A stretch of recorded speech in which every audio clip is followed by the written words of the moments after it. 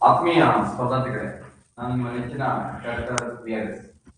Accurate coaching centre ಅಂತ ಒಂದು app ಅನ್ನ ಡೆವಲಪ್ ಮಾಡಿದೀವಿ. ಪ್ಲೇ ಸ್ಟೋರ್ ನಲ್ಲಿ ಅವೈಲೇಬಲ್ ಇದೆ, ದಯಮಾಡಿ ಡೌನ್ಲೋಡ್ ಮಾಡ್ಕೊಳ್ಳಿ. ಸೈನ್ಸ್ ಒಂದೇ ಅಲ್ಲ, ಮುಂದಿನ ದಿನಗಳಲ್ಲಿ ಎಲ್ಲಾ ಸಬ್ಜೆಕ್ಟ್ಗಳು ಇದು ಸಿಗುತ್ತೆ, ಎಲ್ಲಾ ಕೋರ್ಸ್ಗಳಿಗೂ ಅವೈಲೇಬಲ್ ಇದೆ ಅಂತ ಹೇಳ್ತಾ ಹಿಂದೆ ನೆನೆಸಿದಂತ ತರಗತಿಗೆ ಲಿಂಕ್ ಕೊಟ್ಟು ಇವತ್ತಿನ ಕ್ಲಾಸ್ ಅನ್ನ ಆರಂಭಿಸೋಣ. ಹಿಂದಿನ ತರಗತಿಯಲ್ಲಿ ನಾವು ರಕ್ತದ ವರ್ಗೀಕರಣವನ್ನು ಓದ್ತಾ ಇದ್ವಿ. ವರ್ಗೀಕರಣವನ್ನು ಓದಿ RBCs ಕೆಂಪು ರಕ್ತ ಕಣಗಳ ಬಗ್ಗೆ ತಿಳ್ಕೊಂಡ್ವಿ. ವರ್ಗೀಕರಣದ ಬಗ್ಗೆ ಸಂಪೂರ್ಣವಾದಂತಹ ಅರಿವಿದೆ ಅಂತ ನಾನು ಅನ್ಕೊಳ್ತೀನಿ. ಈ ಕ್ಲಾಸ್ ನಲ್ಲಿ ನಾವು ಬಿಳಿಯ ರಕ್ತ ಕಣಗಳ ಬಗ್ಗೆ ತಿಳ್ಕೊಳ್ಳೋಣ. ಎರಡನೇದು ಬಿಳಿಯ ರಕ್ತ ಕಣಗಳು ಅಂದ್ರೆ WBCs ಅಂತ ಕರೀತಾರೆ ಇಂಗ್ಲಿಷ್ ಅಲ್ಲಿ, ಶಾರ್ಟ್ ಫಾರ್ಮ್ ನಲ್ಲಿ ವೈಟ್ ಬ್ಲಡ್ ಸೆಲ್ಸ್ ಅಂತ ಹೇಳ್ಬೋದು, ವೈಟ್ ಬ್ಲಡ್ ಕಾರ್ಪುಸೆಲ್ಸ್ ಅಂತ ಹೇಳ್ತೀವಿ. ಕನ್ನಡದೊಳಗೆ ಬಿಳಿ ರಕ್ತ ಕಣಗಳು. ನಾನು ಈಗಾಗಲೇ ಹೇಳಿದೆ, RBCs ನ ಎರಿಥ್ರೋಸೈಟ್ಸ್ ಅಂತಾರೆ ಅಂತ ಹೇಳಿದ್ವಿ. ಅದೇ ತರ WBCs ನ ಏನಂತ ಕರೀತಾರೆ ಅಂತ ಕ್ವಶನ್ಸ್ ಕೇಳ್ತಾನೆ. ಇದು ಕೂಡ ವೆರಿ ಇಂಪಾರ್ಟೆಂಟ್. ಇದನ್ನ ಲ್ಯೂಕೋಸೈಟ್ಸ್ ಅಂತ ಕರೀತಾರೆ. ಲ್ಯೂಕೋಸೈಟ್ಸ್ ಅಂತ ಕರಿತೀವಿ. ಲ್ಯೂಕೋಸೈಟ್ಸ್ ಅಂತ ಹೇಳ್ತೀವಿ. ಲ್ಯೂಕೋಸೈಟ್ಸ್ ಬಿಳಿ ರಕ್ತ ಕಣಗಳನ್ನ ಏನಂತ ಕರೀತಾರೆ ಅಂದ್ರೆ ಒಂದು ಕ್ವಶನ್ಸ್ ಲ್ಯೂಕೋಸೈಟ್ಸ್ ಅಂತ ಕರಿತೀವಿ. ಲ್ಯೂಕೋಸೈಟ್ಸ್ ನಾವು ಇದನ್ನ ಯಾವ ರೀತಿ ಓದೋದು RBCs ನ, ಅದೇ ರೀತಿ ನನಗೆ WBCs ನ ಓದೋಣ. ಕಾರಣ ಮನಸ್ಸಿನಲ್ಲಿ ನೆನಪಿನಲ್ಲಿ ಇಟ್ಕೊಳ್ಳೋಕೆ ಹೆಲ್ಪ್ ಆಗುತ್ತೆ. ಯಾವ ಶೇಪ್ ನಲ್ಲಿ ಇದೆ ಅಂತ ಇದು ಅಂದ್ರೆ ಅಮೀಬಾ ಶೇಪ್ ನಲ್ಲಿ ಇದೆ. Amoeba shape.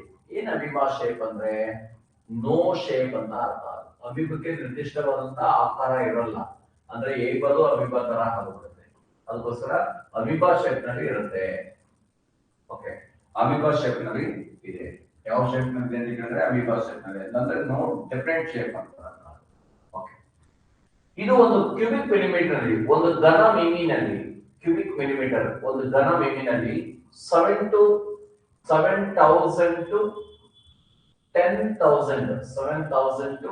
10,000 ಪಾರ್ಟಿಕಲ್ಸ್ ಇರ್ತವೆ. ಓಕೆ, ಪಾರ್ಟಿಕಲ್ಸ್ ಅಂದ್ರೆ 7,000ದಿಂದ 10,000 ಇರ್ತವೆ.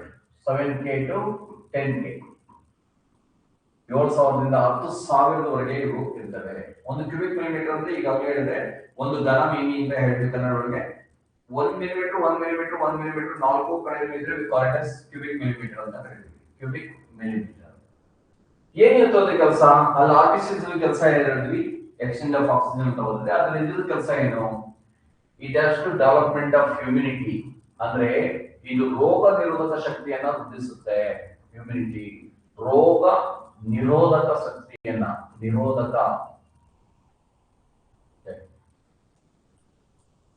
ರೋಗ ನಿರೋಧಕ ಶಕ್ತಿಯನ್ನ ಹೆಚ್ಚಿಗೆ ಮಾಡುತ್ತೆ. ರೋಗ ನಿರೋಧಕ ಶಕ್ತಿಯನ್ನ ಹೆಚ್ಚಿಗೆ ಮಾಡುತ್ತೆ. It has to development of immunity. Okay, ಹೆಂಗೆ ಅಂದ್ರೆ ಒಂದ್ ಕಂಟ್ರಿನ ಸೋಲ್ಜರ್ಸ್ ಹೆಂಗ್ ನೋಡ್ಕೊಳ್ತಾರೋ, ಯಾರು ನುಸುಳು ಬರ್ದಂಗೆ, ಹಂಗೆ ನಮ್ಮ ದೇಹವನ್ನ ಬ್ಯಾಕ್ಟೀರಿಯಾಗಳಾಗ್ಲಿ ಯಾವುದೋ ಪ್ಯಾಥೋಜನ್ಸ್ ಆಗ್ಲಿ ದೇಹದ ಒಳಭಾಗಕ್ಕೆ ಬಂದಂಗೆ ನೋಡ್ಕೊಳ್ಳುತ್ತೆ. ಈ ನೋಡ್ಕೊಳ್ಳುವಂತ ಒಂದು ಸಿಸ್ಟಮ್ಗೆ ಡಿಫೆನ್ಸ್ ಮೆಕ್ಯಾನಿಸಮ್ ಅಂತ ಕರೀತಾರೆ. ಡಿಫೆನ್ಸ್ ಮೆಕ್ಯಾನಿಸಮ್ ಅಂತ ಹೇಳ್ತೀವಿ.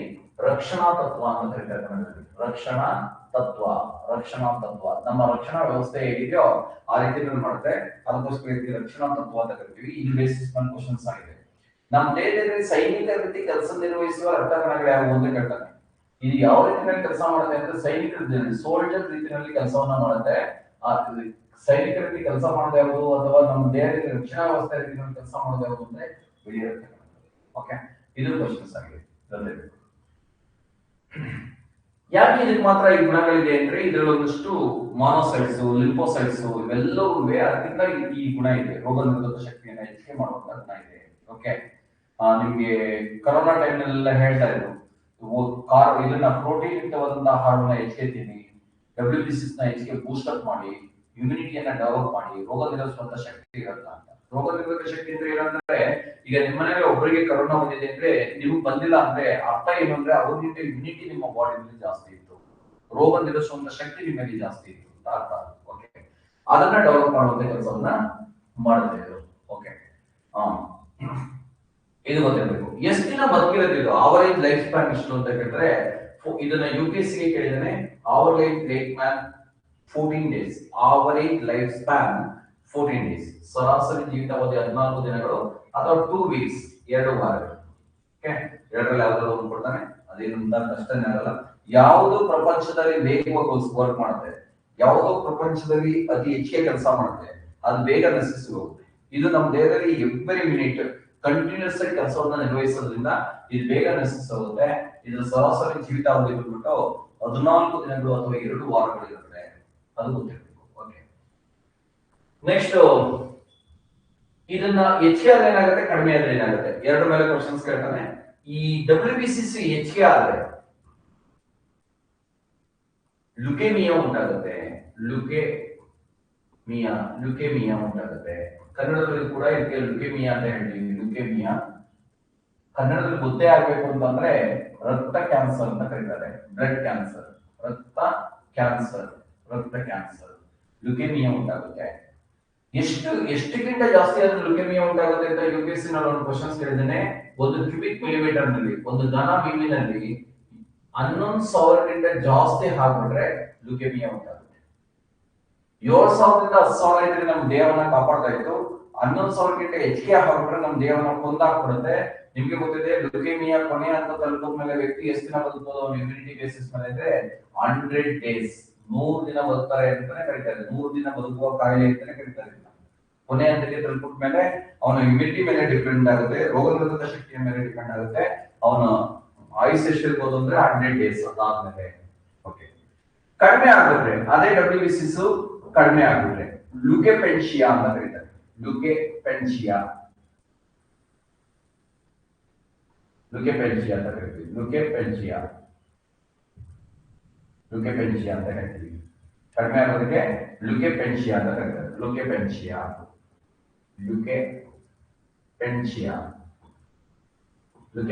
ಅಂತ ಕರೀತಾರೆ. ಲುಕೆಪೆನ್ಶಿಯಾ. RBCs ನಲ್ಲಿ ಹೆಂಗೆ ಹೆಚ್ಚು ಕಡಿಮೆ ಆದ್ರೆ ಸಮಸ್ಯೆ ಆಗ್ತಾ ಇತ್ತು, ಇಲ್ಲೂ ಕೂಡ ಹೆಚ್ಚು ಕಡಿಮೆ ಆದ್ರೆ ಸಮಸ್ಯೆ ಆಗುತ್ತೆ. WBCs ಜಾಸ್ತಿ ಆದ್ರೆ ಲುಕೇಮಿಯಾ ಅಂತ ಕರಿತೀವಿ. ಅದಕ್ಕೆ ಲುಕೇಮಿಯಾ ಅಂತ ಮೆಡಿಕಲ್ ಕನ್ನಡಗಳು ಕೂಡ ಹಂಗೆ ಬರೀಬಹುದು. ರಕ್ತ ಕ್ಯಾನ್ಸರ್ ಅಂತ ಅರ್ಥ. 11,000ಕ್ಕಿಂತ ಹೆಚ್ಚಿಗೆ ಆಗಿದ್ರೆ ಕಾಯಿಲೆ ಇರುತ್ತೆ. ಇದು ಕಡಿಮೆ ಆದ್ರೆ ಲುಕೆಪೆನ್ಶಿಯಾ ಅಂತ ಕರಿತೀವಿ. ಲಾಸ್ ಆಫ್ ಇಮ್ಯುನಿಟಿ, ರೋಗ ನಿರೋಧಕ ಶಕ್ತಿ ಕಡಿಮೆ ಆಗ್ತದೆ. ಇದು ಆಗುತ್ತೆ. ಕಡಿಮೆ ಆಗಿದ್ರೆ ಏನಾಗುತ್ತೆ ಅಂದ್ರೆ ಲುಕೆಪೆನ್ಶಿಯಾ ಅಂತ ಹೇಳ್ತೀವಿ.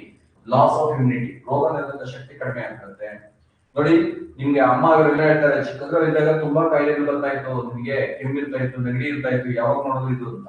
ಬೆಳೀತಾ ಮಗುಗೆ ಅದೆಲ್ಲ ಕಡಿಮೆ ಆಗ್ತದೆ. ಕಾರಣ ಇಮ್ಯುನಿಟಿ ಪವರ್ ಜಾಸ್ತಿ ಆಗುತ್ತೆ. ಓಕೆ, ರೋಗ ನಿರೋಧಕ ಶಕ್ತಿ ಹೆಚ್ಚಿಗೆ ಆಗ್ತಾ ಹೋಗುತ್ತೆ. ಹಾಗೆ ಲುಕೆಪೆನ್ಶಿಯಾ ಅಂತ ಗೊತ್ತಿರಬೇಕು.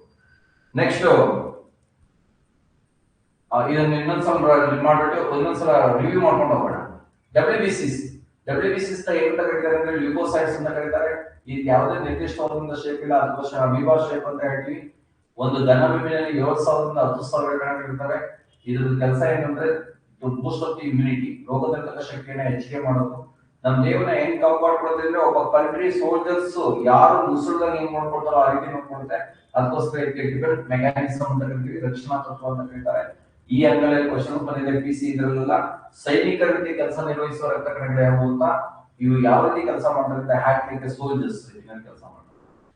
ಇದರ ಸರಾಸರಿ ಜೀವಿತಾವಧಿ ಎಷ್ಟು ಅಂತ ಕೇಳ್ತಾನೆ. 14 ದಿನಗಳು ಅಥವಾ 2 ವಾರಗಳು. ಈ ಬಿಳಿಯ ರಕ್ತ ಕಣಗಳು ಹೆಚ್ಚಿಗೆ ಆಗೋದ್ರಿಂದ ಏನಾಗುತ್ತೆ ಅಂದ್ರೆ ಲುಕೇಮಿಯಾ ಉಂಟಾಗುತ್ತೆ. ಕನ್ನಡದಲ್ಲಿ ಲುಕೇಮಿಯಾ ಅಂತ ಗೊತ್ತಿರಲಿ, ಲಕ್ಷ ಕ್ಯಾನ್ಸರ್ ಅಂತ ಕರೀತಾರೆ. ಇದು ಕೊನೆ ಹಂತಕ್ಕೆ ತಲುಪಿದ್ರೆ 100 days ತಲುಪಬಹುದು ಅಷ್ಟೇ. WBCs ಕಡಿಮೆ ಆದ್ರೆ ಲುಕೆಪೆನ್ಶಿಯಾ ಅಂತ ಕರಿತೀವಿ. ಇದು ಲಾಸ್ ಆಫ್ ಇಮ್ಯುನಿಟಿ, ರೋಗ ನಿರೋಧಕ ಶಕ್ತಿಯನ್ನ ಕಡಿಮೆ ಮಾಡುತ್ತೆ, ರೋಗ ನಿರೋಧಕ ಶಕ್ತಿ ಕುಂದೋಗ್ಬಿಡುತ್ತೆ ಅದರಲ್ಲಿ. ಓಕೆ, ನೆಕ್ಸ್ಟ್ ಮುಂದುವರ್ಕೊಂಡು ಹೋಗೋಣ. ಇದಿಷ್ಟು WBCs ಮೇಲೆ ಗೊತ್ತಿರಬೇಕಾಗುತ್ತೆ. ಈ ಹಿಮೋಡಯಾಲಿಸಿಸ್ ಇದ್ರ ಬಗ್ಗೆ ಒಂದು ಸ್ವಲ್ಪ ಗೊತ್ತಿರಬೇಕು. ಡಯಾಲಿಸಿಸ್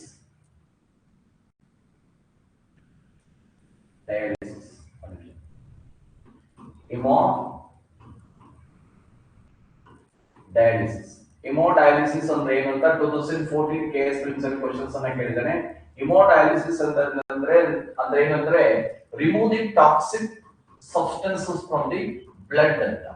ಓಕೆ, ಇದು ನೋಡಿದ್ರೆ ಗೊತ್ತಾಗುತ್ತೆ. ಹಿಮೋ ಅಂದ್ರೆ ರಕ್ತ, ಡಯಾಲಿಸಿಸ್ ಅಂದ್ರೆ ವಿಷಕಾರಕ ವಸ್ತುವನ್ನು ಹೊರತೆಗೆಯುವುದು ಅಥವಾ ಅನ್ವಾಂಟೆಡ್ ಥಿಂಗ್ಸ್ ಅನ್ನ ರಿಮೂವ್ ಮಾಡೋದು ಅಂತ. ನಿಮ್ಮ ರಕ್ತದಲ್ಲಿರುವ ವಿಷಕಾರಕ ವಸ್ತುವನ್ನು ಹೊರತೆಗೆಯುವುದು ಅಂತಾನೆ ಒಂದು ಆಪ್ಷನ್ಸ್ ಇದೆ. Remove the toxic substances from the blood ಅಂತ. ಓಕೆ, ಹೆಮೋಡಯಾಲಿಸಿಸ್ ಅಂದ್ರೆ ಏನು ಅಂತ ಕೇಳ್ತಾರೆ. ಹೆಮೋಡಯಾಲಿಸಿಸ್ ನ ಯಾವ ಮಾಡ್ತಾರೆ ಅಂತ ಕೇಳ್ತಾರೆ. ಹೆಮೋಡಯಾಲಿಸಿಸ್ ನ ಬ್ಲಡ್ ಮಾಡ್ತಾರೆ. ಇನ್ನಂದ್ರೆ ಏನು ಅಂದ್ರೆ remove the toxic substances from the blood ಅಂತ ಅರ್ಥ ಅದು ಗೊತ್ತಿರಬೇಕು. ಓಕೆ, ಸೆಪರೇಷನ್ಸ್ ಆಫ್ ದಿ ಬ್ಲಡ್, ರಕ್ತವನ್ನ ಯಾವ ವಿಧಾನದಿಂದ ಸೆಪರೇಷನ್ ಮಾಡಬಹುದು ಅಂತ ಒಂದು ಕ್ವಶನ್ಸ್ ಅನ್ನ ಕೇಳ್ತೇನೆ. ರಕ್ತದಲ್ಲಿ RBCs, WBCs, ಪ್ಲಾಸ್ಮಾ, ಪ್ಲೇಟ್ಲೆಟ್ಸ್ ಈ 4 ಕಾಂಪೋನೆಂಟ್ಸ್ ಇರ್ತವೆ. ಇದನ್ನ ಸಪರೇಟ್ ಮಾಡುವಂತಕ್ಕೆ ನಾವೇನ್ ಕರಿತೀವಿ ಅಂತಂದ್ರೆ ಈ ಸೆಂಟ್ರಿಫ್ಯೂಗಲ್ ಮತ್ತು ಸೆಂಟ್ರಿಫ್ಯೂಗಲ್ ಅಂತ ಕೇಳಿದ್ದೀರಾ. ಸೆಂಟ್ರಿಫ್ಯೂಗೇಷನ್ ಅನ್ನುವಂತ ಪ್ರೋಸೆಸ್ ಇಂದ ಮಾಡ್ತೀವಿ. ಸೆಂಟ್ರಿಫ್ಯೂಗೇಷನ್ ಪ್ರೋಸೆಸ್ ಇಂದ ಮಾಡ್ತಾರೆ. ಸೆಂಟ್ರಿಫ್ಯೂಗೇಷನ್ ಯಾವಾಗ ಈ ಸೆಂಟ್ರಿಫಿಕೇಶನ್ ಅನ್ನುವಂತ ಪ್ರೋಸೆಸ್ ಹೆಲ್ಪ್ ಆಗುತ್ತೆ ಅಂದ್ರೆ the mixture containing different density, ಬೇರೆ ಬೇರೆ ಸಾಂದ್ರತೆಯನ್ನು ಹೊಂದಿದಾಗ ಹಾಕ್ಬಿಡುತ್ತೆ. ನೀವು ಎಲ್ಲೆಲ್ಲಿ ಕೇಳಿದ್ದೀರಿ ಸೆಂಟ್ರಿಫಿಕೇಶನ್? ಹಾಲಿನಲ್ಲಿ ಕೆನೆಯನ್ನ ಬೇರ್ಪಡಿಸಲು, ಮೊಸರಿನಲ್ಲಿರುವ ಬೆಣ್ಣೆಯನ್ನ ಬೇರ್ಪಡಿಸೋದಕ್ಕೆ, ರಕ್ತದಲ್ಲಿರುವಂತಹ ಹಾರ್ಮೋನ್ಗಳು, ಪ್ರೋಟೀನ್ಗಳು ಮತ್ತು ರಕ್ತ ಕಣಗಳನ್ನ ಬೇರ್ಪಡಿಸೋದಕ್ಕೆ, ಈ ತರದನ್ನ ಬೇರೆ ಬೇರೆ ಭಿನ್ನತೆ ಇರುವಂತಹ ಡೆನ್ಸಿಟಿ ಇರುವಂತಹ ವಸ್ತುಗಳನ್ನ ಬೇರ್ಪಡಿಸೋದಕ್ಕೆ ಸೆಂಟ್ರಿಫಿಕೇಶನ್. ಒಂದು ಟೆಸ್ಟ್ಗೆ ಬ್ಲಡ್ ಅನ್ನ ಹಾಕ್ಬಿಟ್ಟು ಸೆಂಟ್ರಿಫ್ಯೂಸಿಂಗ್ ಮಾಡ್ಬಿಟ್ರೆ RBCs ಎಲ್ಲ ಒಂದ್ ಕಡೆ ಹೊರಟೋಗುತ್ತೆ, WBCs ಎಲ್ಲ ಒಂದ್ ಕಡೆ ಹೊರಟೋಗುತ್ತೆ, ಪ್ಲಾಸ್ಮಾ ಒಂದ್ ಕಡೆ ಹೊರಟೋಗುತ್ತೆ, ಪ್ಲೇಟ್ಲೆಟ್ಸ್ ಒಂದ್ ಕಡೆ ಬಂದ್ಬಿಡುತ್ತೆ. ಕಾರಣ ಏನಂತಂದ್ರೆ ಎಲ್ಲವೂ ಬೇರೆ ಬೇರೆ ಸಾಂದ್ರತೆಯನ್ನ ಹೊಂದಿವೆ. They are having different density. Centrification method ಇಂದ ಇದನ್ನ ಬೇರ್ಪಡಿಸ್ತಾರೆ. ಇದು ಕೂಡ ಗೊತ್ತಿರಬೇಕು, ವೆರಿ ಇಂಪಾರ್ಟೆಂಟ್. ರಕ್ತವನ್ನು ಬೇರ್ಪಡಿಸಲು ಬಳಸುವಂತ ವಿಧಾನ ಯಾವುದು ಅಂತ ಕೇಳಿದ್ದಾರೆ. ಸೆಂಟ್ರಿಫಿಕೇಶನ್ ಏನ್ ಬೇಕು ಅಂತಂದ್ರೆ ಬರ್ನಿಂಗ್ ಕೇಸಸ್ ಅಂತ ಕೇಳಿದ್ದಾರೆ. ಬರ್ನಿಂಗ್ ಕೇಸಸ್, ಸುಟ್ಟ ಗಾಯಗಳನ್ನು ನಿವಾರಿಸಲು WBCs ನ ನೇರವಾಗಿ ಕೊಡ್ತಾರೆ. ಓಕೆ, ಈಗ ಒಂದು ಸುಟ್ಟ ಹೊಡೆದ ಕೈ ಅಂತಂದ್ರೆ ಈ ಚರ್ಮವನ್ನ ರಿಟೈನ್ ಮಾಡಕ್ಕಾಗಲ್ಲ, ರಿಮೂವ್ ಮಾಡ್ಬಿಡ್ತಾರೆ ಚರ್ಮನ. ನೀವು ಕೋಡಿನಲ್ಲಿ ಸ್ಕಿನ್ ಔಟ್ ಅಂತ ಮಾಡಿಸ್ತಾರೆ, ಗೊತ್ತಿದೆಯಲ್ಲ, ಆ ರೀತಿ ಆಗುತ್ತೆ. ನಮ್ ಕೈ ಕಟ್ಟಾದ್ರೆ ಇನ್ಫೆಕ್ಷನ್ ಆಗ್ಬಿಟ್ಟು ಫಸ್ಟ್ ಫಾರ್ಮೇಶನ್ ಆಗುತ್ತೆ. ಅಂತಂದ್ರೆ ಚರ್ಮವನ್ನೇ ತೆಗಿತೀವಿ ಅಂತಂದ್ರೆ ಇನ್ಫೆಕ್ಷನ್ಸ್ ಆಗ್ಬಿಟ್ರೆ ಫಸ್ಟ್ ಫಾರ್ಮೇಶನ್ ಅಂತ ಹೊರಟೋಗುತ್ತೆ, ಎಂಟೈರ್ ಬಾಡಿ ಕುಡಿತ ಹೊರಟೋಗುತ್ತೆ. ಅದಕ್ಕೋಸ್ಕರ ಏನ್ ಮಾಡ್ತಾರೆ ಅಂತಂದ್ರೆ ಆ ಭಾಗವನ್ನು ಬೇಗ ಹೀಲಪ್ ಆಗೋದಕ್ಕೆ ಅವ್ರು ಯಾವ ರಕ್ತದ ಗುಂಪನ್ನು ಹೊಂದಿದ್ರೆ ಆ ರಕ್ತದ ಗುಂಪಿನ WBCs ನ ನೇರವಾಗಿ ಕೊಡ್ತಾನೆ. ಈ ಕೆಳಗಿನ ಯಾವ ಸಂದರ್ಭದಲ್ಲಿ ಬಿಳಿ ರಕ್ತಕಣಗಳನ್ನ ನೇರವಾಗಿ ಬಳಸ್ತಾರೆ ಅಂದ್ರೆ ಇನ್ ಬರ್ನಿಂಗ್ ಕೇಸಸ್, ಸುಟ್ಟ ಗಾಯಗಳನ್ನು ನಿವಾರಿಸೋದಕ್ಕೆ ಇದನ್ನ ನೇರವಾಗಿ WBCs ನ ಕೊಡ್ತಾರೆ. ಓಕೆ, ಬೇಗ ಕ್ಯೂರ್ ಆಗ್ಬೇಕಾಗುತ್ತೆ. ನಿಮ್ಗೆ ಗೊತ್ತಿದೆ, ಬರ್ನಿಂಗ್ ಕೇಸ್ ಅಪ್ಪರ್ ಬಾಡಿ ಆಗಿದ್ರೆ ಉಳ್ಕೊಂಡಿರ್ತಾರೆ, ಲೋಯರ್ ಬಾಡಿ ಎಸ್ಪೆಷಲಿ ಕಿಡ್ನಿಯಿಂದ ಕೆಳಭಾಗಕ್ಕೆ ಏನಾದ್ರು ಬರ್ನಿಂಗ್ ಆಗಿತ್ತು 65, 70 ಈ ತರ ಅವ್ರನ್ನ ಉಳಿಸ್ಕೊಳ್ಳೋದು ತುಂಬಾ ಕಷ್ಟ. ಕಾರಣ ಏನಂತಂದ್ರೆ ಕಿಡ್ನಿ ಫೇಲ್ಯೂರ್ ಆಗುತ್ತೆ. ಕಿಡ್ನಿ ಫೇಲ್ಯೂರ್ ಆದ್ಮೇಲೆ ಯೂರಿಯಾ ರಕ್ತದಲ್ಲಿ ಜಾಸ್ತಿ ಆಗುತ್ತೆ. ಯೂರಿಯಾ ಆವಾಗ ರಕ್ತದಲ್ಲಿ ಜಾಸ್ತಿ ಆಗುತ್ತೆ, ಕಿಡ್ನಿ ಸಂಪೂರ್ಣವಾಗಿ ನಿಲ್ಲಿಸ್ಬಿಡುತ್ತೆ ಕೆಲಸನ, ಇಮಿಡಿಯೇಟ್ ಸಾವಾಗುತ್ತೆ. ಇಂಥ ಕ್ರಿಟಿಕಲ್ ಕಂಡೀಷನ್ಸ್ ಅಲ್ಲಿ ನರಳಿ ಸಾಯ್ತಾರೆ ಕೊನೆಯ ಹಂತದಲ್ಲಿ. ಆಕ್ಚುಲಿ ಅವರು ಡಾಕ್ಟರ್ ಎಜುಕೇಟಿವ್ ಫ್ಯಾಮಿಲಿ ಏನಾದ್ರು ಈ ತರ ಇನ್ಸಿಡೆಂಟ್ ಆಗಿತ್ತು ಅಂದ್ರೆ ಕೌನ್ಸಿಲಿಂಗ್ ಮಾಡ್ತಾರೆ. ಹೇಗಿದ್ರು ಉಳಿಸ್ಕೊಳ್ಳೋಕ್ಕಾಗಲ್ಲ, ಸಾಯ್ತಾರೆ ಇವರು ಸಾಯೋದ್ರಿಂದ ಇವ್ರನ್ನ ಬಸ್ಸು ಆಗದಿರೋ ಗೊತ್ತಾದಾಗ ವಿಷಕಾರಕ ಇಂಜೆಕ್ಷನ್ ಅವರೇ ಇಂಜೆಕ್ಟ್ ಮಾಡಿ ಬೇಗ ಸಾವನ್ನಪ್ಪಿಸ್ಕೊಳ್ತಾರೆ. ಕಾರಣ ನರಳೋದು ಬೇಡ. ಓಕೆ, ಕಾರಣ ಅವ್ರು ರಿಯಲ್ ಅಂತ ಡಾಕ್ಟರ್ಗೆ 100% ಗೊತ್ತಾಗ್ತದೆ. ಇದನ್ನ ಸುಟ್ಟ ಗಾಯಗಳನ್ನ ನಿವಾರಿಸೋದಕ್ಕೆ ಇದನ್ನ ಬಳಸ್ತೀವಿ. ನಾನು ಈಗಾಗಲೇ ಹೇಳಿದೆ WBCs ನ 2 ಭಾಗ ಮಾಡ್ಕೊಳ್ತೀವಿ ಪ್ರಮುಖವಾಗಿ ಅಂತ. ಒಂದು ಗ್ರಾನ್ಯುಲಾರ್ ಲ್ಯೂಕೋಸೈಟ್ಸ್ ಅಂದ್ರೆ ಕಣವನ್ನ ಹೊಂದಿರುವಂತಹ ಕಣ ಸಹಿತ ಲ್ಯೂಕೋಸೈಟ್ಸ್ ಅಂತ ಅರ್ಥ ಅದು. ಇನ್ನೊಂದು A ಗ್ರಾನ್ಯುಲಾರ್ leukocytes A ಗ್ರಾನ್ಯುಲಾರ್ leukocytes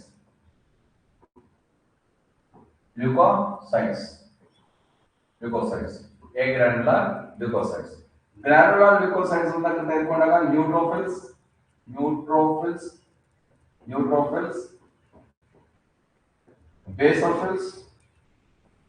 basophils, eosinophils ಕನ್ನಡದಲ್ಲಿ ಬರೆದು ಹಿಂಗೆ ಬರೀಬೇಕು, ಕನ್ನಡ ಇದು ಮೆಡಿಕಲ್ ಟರ್ಮ್ಸ್. ಓಕೆ, ಇದನ್ನ ತೆಗೆದುಕೊಂಡಾಗ ಲಿಂಫೋಸೈಟ್ಸ್ ಇನ್ನೊಂದು ಮಾನೋಸೈಟ್ಸ್. ಇವೆರಡರ ಬಗ್ಗೆ, ಎರಡು ವಿಷಯದ ಬಗ್ಗೆ, ಗ್ರಾನ್ಯುಲರ್ ಮತ್ತು ಎ ಗ್ರಾನ್ಯುಲರ್ ಅಂತ 2 ವಿಷಯದ ಬಗ್ಗೆ ನೀವು ತಿಳ್ಕೊಳ್ಬೇಕಾಗುತ್ತೆ. ಇದು ಕೂಡ ಎಕ್ಸಾಮ್ ದೃಷ್ಟಿಯಿಂದ ವೆರಿ ಇಂಪಾರ್ಟೆಂಟ್. ಈವನ್ ಕೇಸ್ ಕೂಡ ಇದ್ರ ಮೇಲೆ ಕ್ವಶನ್ಸ್ ಅನ್ನ ಕೇಳಿದ. ಈಗ ಒಂದೊಂದಾಗಿ ನೋಡೋಣ. ಗ್ರಾನ್ಯುಲರ್ ಲ್ಯೂಕೋಸೈಟ್ಸ್ ಅಂತ ಯಾವ ಕರಿತೀವಿ ಅಂತಂದ್ರೆ ಗ್ರಾನ್ಯುಲರ್ ಲ್ಯೂಕೋಸೈಟ್ಸ್ ಗ್ರಾನ್ಯೂಲ್ಸ್ ಗಳನ್ನ ಹೊಂದಿರೋದ್ರಿಂದ ಇದನ್ನ ಗ್ರಾನ್ಯುಲರ್ ಲ್ಯೂಕೋಸೈಟ್ಸ್ ಅಂತ ಕರಿತೀವಿ. ಲ್ಯೂಕೋಸೈಡ್ಸ್ ಅಂದ್ರೆ ಕಣ ಸಹಿತ ಲ್ಯೂಕೋಸೈಡ್ಸ್ ಅಂತ ಅರ್ಥ. ಕಣ ಸಹಿತ ಲ್ಯೂಕೋಸೈಡ್ಸ್ ಅಂತ ಹೇಳ್ತೀವಿ. ಒಂದನೇದು ನ್ಯೂಟ್ರೋಫಿಲ್ಸ್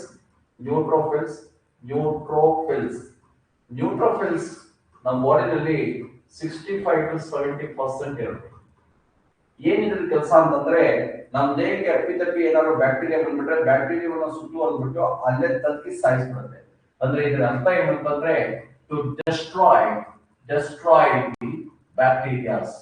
ಇದ್ರ ಕೆಲಸ ಏನಂತಂದ್ರೆ ಬ್ಯಾಕ್ಟೀರಿಯಾವನ್ನ ಹಾನಿಗೊಳಿಸುತ್ತದೆ, ಬ್ಯಾಕ್ಟೀರಿಯಾವನ್ನ ನಾಶಪಡಿಸುತ್ತದೆ. ಓಕೆ, ನಾಶವನ್ನ ಪಡಿಸುವುದು ಇದ್ರ ಕೆಲಸ. ನ್ಯೂಟ್ರೋಫಿಲ್ಸ್ ಏನ್ ಕೆಲಸ ಮಾಡುತ್ತೆ? ಬ್ಯಾಕ್ಟೀರಿಯಾವನ್ನ ನಾಶಪಡಿಸುತ್ತೆ ಅಂತ ಗೊತ್ತಿದ್ರೆ ಸಾಕು, ತಲೆನೇ ಕೆಡಿಸ್ಕೊಳ್ಳಿ. ಇದು ಒಂದೊಂದು ತಲೆ. ಓಕೆ, ಬೇಸೋಫಿಲ್ಸ್ ಈ ಬೇಸೋಫಿಲ್ಸ್ ಎರಡು ಕ್ವಶನ್ಸ್ ಗಳು ಕಾಂಪಿಟೇಟಿವ್ ದೃಷ್ಟಿಯಿಂದ ಬರ್ತವೆ. ಯಾವ ಪ್ರೋಟೀನ್ ಅನ್ನ ಉತ್ಪತ್ತಿ ಮಾಡುತ್ತೆ ಇದು ಅನ್ನೋದೊಂದು ಕ್ವಶನ್ಸ್. ಹೆಪರಿನ್ ಅನ್ನುವಂತ ಒಂದು ಪ್ರೋಟೀನ್ ಅನ್ನ ಉತ್ಪತ್ತಿ ಮಾಡ್ತೀವಿ. It produces heparin protein. Heparin ಅನ್ನುವಂತ ಪ್ರೋಟೀನ್ ಅನ್ನ ಉತ್ಪತ್ತಿ ಮಾಡೋದು ಬೇಸೋಫಿಲ್ಸ್ ಅಂತ ಗೊತ್ತಿರ್ತದೆ. ಇದೇನ್ ಮಾಡುತ್ತೆ ಅಂತಂದ್ರೆ no clotting of blood in our body. ನಮ್ಮ ದೇಹದಲ್ಲಿ ರಕ್ತ ಹೆಪ್ಪುಗಟ್ಟಂಗೆ ಇದು ತಡೆಯುತ್ತೆ. No clotting of blood in our body. ನಮ್ಮ ದೇಹದಲ್ಲಿ ರಕ್ತ ಹೆಪ್ಪುಗಟ್ಟೋ ರೀತಿಯಲ್ಲಿ ತಡೆಗಟ್ಟುತ್ತೆ. ಯುಸಿನೋಫಿಲ್ಸ್ ಏನ್ ಮಾಡುತ್ತೆ ಅಂದ್ರೆ ಇಟ್ ಪ್ರೊಡ್ಯೂಸಸ್ ಡೆಫಿನೆಟ್ ಆಂಟಿಬಾಡೀಸ್. ಒಂದು ನಿರ್ದಿಷ್ಟವಾದಂತಹ ಪ್ರತಿಕಾಯಕಗಳನ್ನ ಉತ್ಪತ್ತಿ ಮಾಡುತ್ತೆ, ಪ್ರತಿಜನಕಗಳನ್ನ ಉತ್ಪತ್ತಿ ಮಾಡುತ್ತೆ. ಡೆಫಿನೆಟ್ ಆಂಟಿಬಾಡೀಸ್ ಅನ್ನ ಉತ್ಪತ್ತಿ ಮಾಡುತ್ತೆ.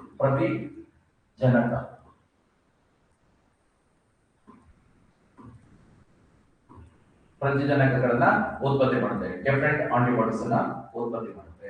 ಓಕೆ, ಇನ್ನೊಮ್ಮೆ ನೋಡೋಣ. ಇವೆಲ್ಲ ಮೆಡಿಕಲ್ ಟರ್ಮ್ಸ್ ಆಗಿರೋದ್ರಿಂದ ಮತ್ತೊಂದ್ಬಿಡುತ್ತೆ, ಅದಕ್ಕೋಸ್ಕರ ಓದ್ತಾ ಹೇಳ್ತಾ ಇದ್ದೀವಿ. ಇದನ್ನ ಗ್ರಾನ್ಯುಲರ್ ಲ್ಯೂಕೋಸೈಟ್ಸ್ ಅಂದಾಗ ಮೂರು ಬರ್ತವೆ. ಒಂದು ನ್ಯೂಟ್ರೋಫಿಲ್ಸ್, ಬೇಸೋಫಿಲ್ಸ್, ಯುಸಿನೋಫಿಲ್ಸ್. ಯಾಕೆ ಕನ್ನಡದಲ್ಲಿ ಬರೀಬೇಕು ಅಂದ್ರೆ ಕನ್ನಡದಲ್ಲಿ ಇದೇ ರೀತಿ ಮಾಡಿಬೇಕಾಗುತ್ತೆ ಮೆಡಿಕಲ್ ಟರ್ಮ್ಸ್.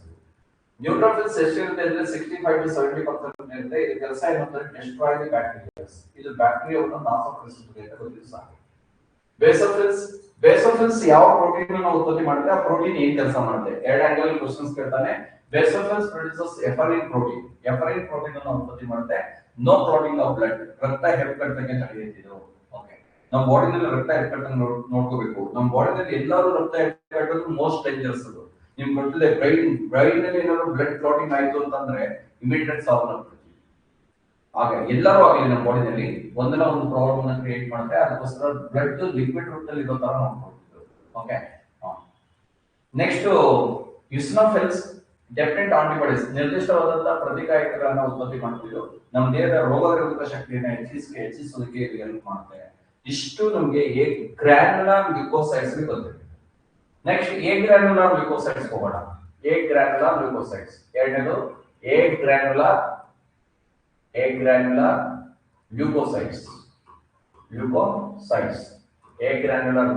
ಕಣ ರಹಿತ ಲ್ಯೂಕೋಸೈಟ್ಸ್ ಅಂತ. ಲ್ಯೂಕೋಸೈಟ್ಸ್ ಅಂದ್ರೆ ಬಿಡಿರಕ್ತ ಕಣಗಳು. ಒಂದೊಂದು ಲಿಂಫೋಸೈಟ್ಸ್.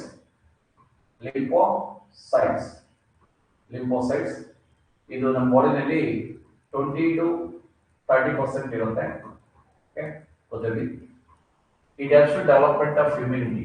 ನಮ್ಮ ದೇಹದ ರೋಗ ನಿರೋಧಕ ಶಕ್ತಿಯನ್ನ ಹೆಚ್ಚಿಗೆ ಮಾಡ್ತೀವಿ. ರೋಗ ನಿರೋಧಕ ಶಕ್ತಿಯನ್ನ ಹೆಚ್ಚಿಗೆ ಮಾಡುತ್ತೆ.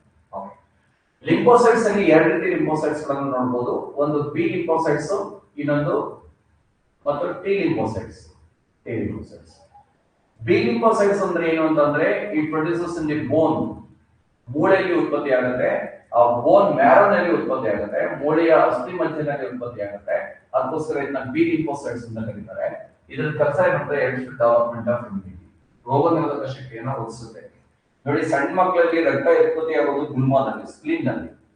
ಅವರು ಡಾಕ್ಟರ್ ಹೇಳ್ತಾರೆ ಬೆಳೀತಾ ಮಗು ಸರೋಗುತ್ತೆ, ಆಂಟಿಬಾಡೀಸ್ ಎಲ್ಲ ಕೊಡಬೇಡಿ ಈ ಟೈಮ್ನಲ್ಲಿ ಅಂತ ಹೇಳ್ತಾರೆ. ಕಾರಣ ಮಗುಗೆ ಬೋನ್ ಮ್ಯಾರೋ ಡೆವಲಪ್ ಆಗಿ ಅಲ್ಲಿ ಬಿ ಲಿಂಫೋಸೈಟ್ಸ್ ಉತ್ಪತ್ತಿ ಆದಾಗ ಇಮ್ಯುನಿಟಿ ಡೆವಲಪ್ ಆಗುತ್ತೆ ಅಂತ ಡಾಕ್ಟರ್ ಗೊತ್ತಿದೆ.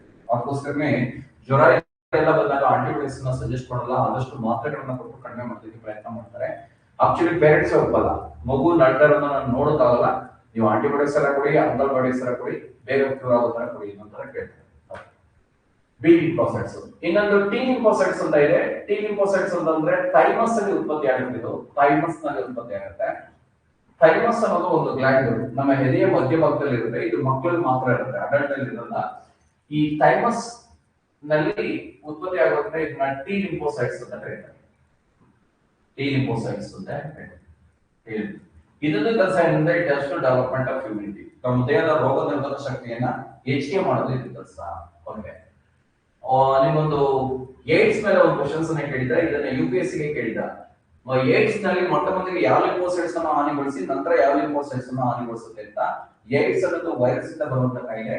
ಮೊಟ್ಟ ಮೊದಲಿಗೆ to destroy the T lymphocytes, ಇದನ್ನ ಡೆಸ್ಟ್ರಾಯ್ ಮಾಡುತ್ತೆ. ನಂತರ destroy the B lymphocytes, B lymphocytes ಅನ್ನು ಹಾನಿಗೊಳಿಸುತ್ತೆ. ನೀವು BT ಇಂದ ಮೊದಲಿಗೆ ಬಿ ಬರುತ್ತೆ ಅಂತ ಟಿಕ್ ಮಾಡ್ತೀರಾ, ಮಾರ್ಕ್ಸ್ ಹೊರಡುತ್ತೆ.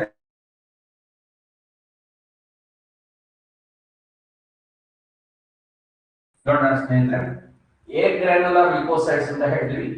ಅಂದ್ರೆ ಕಣ ಸಹಿತವಾಗಿ ಇಲ್ಲದೆ ಇರೋದು, ಮುಟ್ಟಿದ್ರೆ ಫೀಲ್ ಮಾಡಿದ್ರೆ ರಚನೆಯಲ್ಲಿ ಕಣ ಇಲ್ಲದೆ ಇರುವಂತದ್ದು. ಅದರಲ್ಲಿ ಲಿಂಫೋಸೈಟ್ಸ್ ಅನ್ನೋದನ್ನ ಮೊದಲಿಗೆ ತೆಗೆದುಕೊಳ್ಳೋಣ. ಲಿಂಫೋಸೈಟ್ಸ್ ಕನ್ನಡದಲ್ಲಿ ಲಿಂಫೋಸೈಟ್ಸ್ ಅಂತ ಇಟ್ಕೊಳ್ಳಿ. 20 to 30% it has to development of immunity, ರೋಗ ನಿರೋಧಕ ಶಕ್ತಿಯನ್ನು ವೃದ್ಧಿಸೋದು ಇದು ಕೆಲಸ. ಎರಡು ರೀತಿ ಲಿಂಫೋಸೈಟ್ಸ್ ಅಂತೇವೆ, ಒಂದು ಬಿ ಲಿಂಫೋಸೈಟ್ಸ್, ಇನ್ನೊಂದು ಟಿ ಲಿಂಫೋಸೈಟ್ಸ್. ಯಾಕೆ ಬಿ ಲಿಂಫೋಸೈಟ್ಸ್ ಅಂತ ಹೆಸರು ಬಂತು ಅಂದ್ರೆ ಬೋನ್ ನಲ್ಲಿ ಉತ್ಪತ್ತಿ ಆಗುತ್ತೆ, ಎಸ್ಪೆಷಲಿ ಬೋನ್ ಮ್ಯಾರೋ ನಲ್ಲಿ ಉತ್ಪತ್ತಿ ಆಗುತ್ತೆ. ಅದರಿಂದ ಇದನ್ನ ಬಿ ಲಿಂಫೋಸೈಟ್ಸ್ ಅಂತ ಕರಿತೀವಿ. ಇದು ಕೆಲಸ ಹೆಲ್ತ್ ಡೆವಲಪ್ಮೆಂಟ್ ಆಫ್ ಇಮ್ಯುನಿಟಿ, ರೋಗ ನಿರೋಧಕ ಶಕ್ತಿಯನ್ನು ವೃದ್ಧಿಸೋದು. ಇನ್ನೊಂದು ಟಿ ಲಿಂಫೋಸೈಟ್ಸ್, ಇದನ್ನ ಥೈಮಸ್ ಅಲ್ಲಿ ಉತ್ಪತ್ತಿ ಆಗುತ್ತೆ, ಅದಕ್ಕೋಸ್ಕರ ಇದನ್ನ ಟಿ ಲಿಂಫೋಸೈಟ್ಸ್ ಅಂತ ಕರೀತಾರೆ. ಇದು ಅಷ್ಟೇ finally health development of immunity. AIDS ರೋಗಿಗಳಿಗೆ ಮೊದಲು ಯಾವ ಲಿಂಫೋಸೈಟ್ಸ್ ಅನ್ನು ಹಾನಿಗೊಳಿಸುತ್ತೆ, ನಂತರ ಯಾವ ಲಿಂಫೋಸೈಟ್ಸ್ ಅನ್ನು ಹಾನಿಗೊಳಿಸುತ್ತೆ ಅಂತ ಒಂದು ಕ್ವೆಶ್ಚನ್ಸ್ ಅನ್ನು ಕೇಳಿದ. First destroy the T lymphocytes, then destroy the B lymphocytes. ಮೊದಲಿಗೆ ಟಿ ಅನ್ನ ಹಾನಿಗೊಳಿಸಿ ನಂತರ ಬಿ ನ ಹಾನಿಗೊಳಿಸುತ್ತೆ ಅನ್ನೋದು ಗೊತ್ತಿದ್ರೆ ಸಾಕು. ನೆಕ್ಸ್ಟ್ ಇದರೊಳಗೆ ಇನ್ನೊಂದು ಮೊನೋಸೈಟ್ಸ್ ಅಂತ ಇದೆ. ಮೊನೋಸೈಟ್ಸ್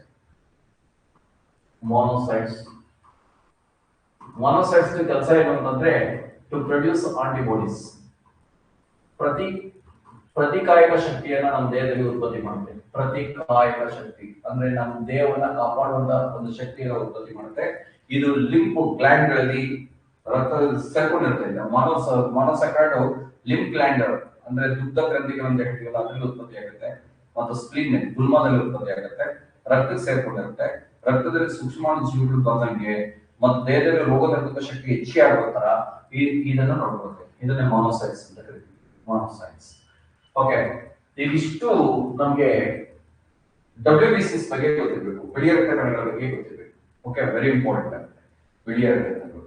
ನೆಕ್ಸ್ಟ್ ನೋಡೋಣ, ಮೂರನೇದು ಪ್ಲೇಟ್ಲೆಟ್ಸ್, ಕಿರುತಟ್ಟೆಗಳು.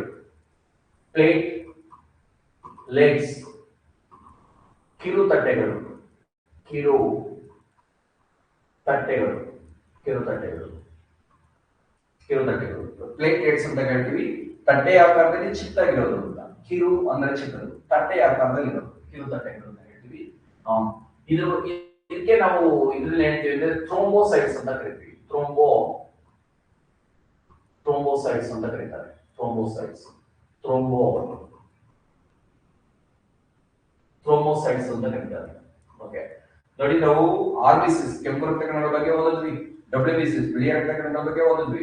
ಈಗ ಥ್ರೋಂಬೋಸೈಟ್ಸ್ ಅಂದ್ರೆ ಕಿರುತಟ್ಟೆಗಳ ಮೇಲೆ ಹೋಗೋಣ. ಕಿರುತಟ್ಟೆಗಳು ಇದು ಒಂದು ಕ್ಯೂಬಿಕ್ ಪಿಲೆಟ್. ಇದು ಶೇಪ್ ಅನ್ನ ತೆಗೆದುಕೊಂಡಾಗ ನೋ ಶೇಪ್ ಇರುತ್ತೆ, ಯಾವುದೇ ಶೇಪ್ ಇರಲ್ಲ ಇದಕ್ಕೆ, ನೋ ಶೇಪ್. ಓಕೆ, ಅದೇ ಇದು ಒಂದು ಕ್ಯೂಬಿಕ್ ಮಿಲಿಮೀಟರ್ ನ ತೆಗೆದುಕೊಂಡ್ರೆ, ಒಂದು ಘನ ಮೀನನ್ನ ತೆಗೆದುಕೊಂಡ್ರೆ 2.5 ರಿಂದ 5 ಲಕ್ಷ ಕಣಗಳಿರ್ತವೆ.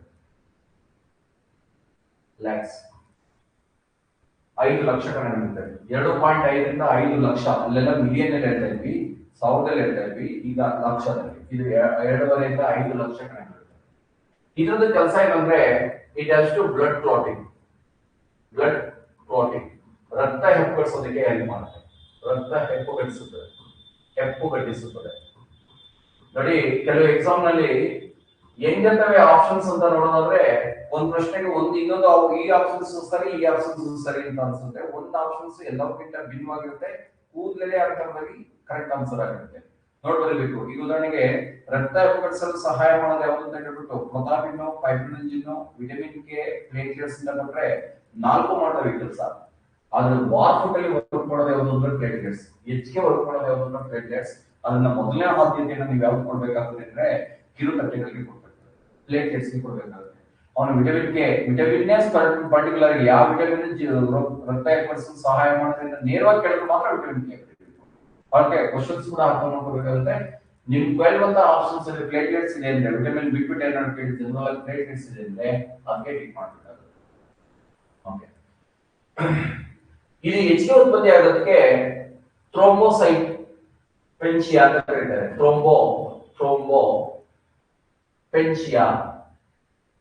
ಥ್ರೋಂಬೋಪೆನ್ಶಿಯಾ ಅಂತ ಕರಿತೀವಿ. ಹೆಚ್ಚಿಗೆ ಉತ್ಪತ್ತಿ ಆಗೋದಕ್ಕೆ ಏನಂತ ಕರೀತಾರೆ ಅಂದ್ರೆ ಥ್ರೋಂಬೋಪೆನ್ಶಿಯಾ ಅಂತ ಕರೀತಾರೆ. ಥ್ರೋಂಬೋಪೆನ್ಶಿಯಾ. ಈಗ ನಿಮ್ಗೆ ಗೊತ್ತಿದೆ ಥ್ರೋಂಬೋಸಿಸ್ ಅಂತ ಒಂದು ಹೊಸ ಸಮಸ್ಯೆ. ಥ್ರೋಂಬೋಸಿಸ್ ಕನ್ನಡದಲ್ಲೂ ಅಷ್ಟೇ ಥ್ರೋಂಬೋಸಿಸ್ ಅಂತ ಕೇಳಿದ್ದೀರಾ. ಓಕೆ, ನಾವು ಕರೋನಾ ಕಂಟ್ರೋಲ್ ಮಾಡೋದಕ್ಕೆ ವ್ಯಾಕ್ಸಿನ್ ಅನ್ನ ತಯಾರು ಮಾಡಿದ್ವಿ. ಓಕೆ, ಕರೋನಾ ವ್ಯಾಕ್ಸಿನ್ ನ ಟ್ರಯಲ್ ಅನ್ನ ಮೊಟ್ಟ ಮೊದಲಿಗೆ ಮಾಡಿದಂತದ್ದು ಅಂದ್ರೆ ಇಂಡಿಯಾ. ನಿಮ್ಗೆ ಕೋವಿಶೀಲ್ಡ್ ಅಂತ ಒಂದು ಮಾತು. ಅಲ್ಲಿ 1% ನೆಗೆಟಿವ್ ಇತ್ತು, ಅಂದ್ರೆ ನಮ್ಮ ಬ್ಲಡ್ ಅನ್ನ ಕ್ಲಾಟ್ ಮಾಡುವಂತ ಒಂದು ಇತ್ತು. 1% ನೆಗ್ಲಿಜಿಬಲ್ ಅಂತ ನಾವು ಕಂಟಿನ್ಯೂ ಮಾಡಿದ್ವಿ, ಯಾಕಂದ್ರೆ ಕರೋನಾ ಅಂತ ದೈತ್ಯ ಮಾಲಿನ್ಯ ಹೋಗ್ಲಾಡ್ಸಕ್ಕೆ 1% ನೆಗ್ಲಿಜಿಬಲ್ ಅದು. ಇವಾಗ ಏನಾಗ್ತಿದೆ ಅಂದ್ರೆ ಒಂದು ಇದನ್ನ ತೆಗೆದುಕೊಳ್ಳೋದ್ರಿಂದ, ಕೋವಿಶೀಲ್ಡ್ ವ್ಯಾಕ್ಸಿನ್ ಅನ್ನು ತೆಗೆದುಕೊಳ್ಳೋದ್ರಿಂದ ನಮ್ಮ ದೇಹದಲ್ಲಿ ಬ್ಲಡ್ ಕ್ಲಾಟ್ ಆಗುತ್ತೆ. ಕ್ಲಾಟ್ ಆಗುವಂತ ಒಂದು ಪ್ರೋಸೆಸ್ಗೆ ಥ್ರೋಂಬೋಸಿಸ್ ಅಂತ ಕರೀತಾರೆ. ಅಂದ್ರೆ ನಮ್ಮ ದೇಹದಲ್ಲಿ ರಕ್ತ ಏರ್ಪಡೋದು ಥ್ರೋಂಬೋಸಿಸ್ ಅಂತ ಹೇಳ್ತೀವಿ. ಓಕೆ, ಇದು ಪ್ರಚಲಿತವಾಗಿರೋದ್ರಿಂದ ಇದು ಕೂಡ ವರ್ಷಕ್ಕೆ ಗೊತ್ತಿದೆ.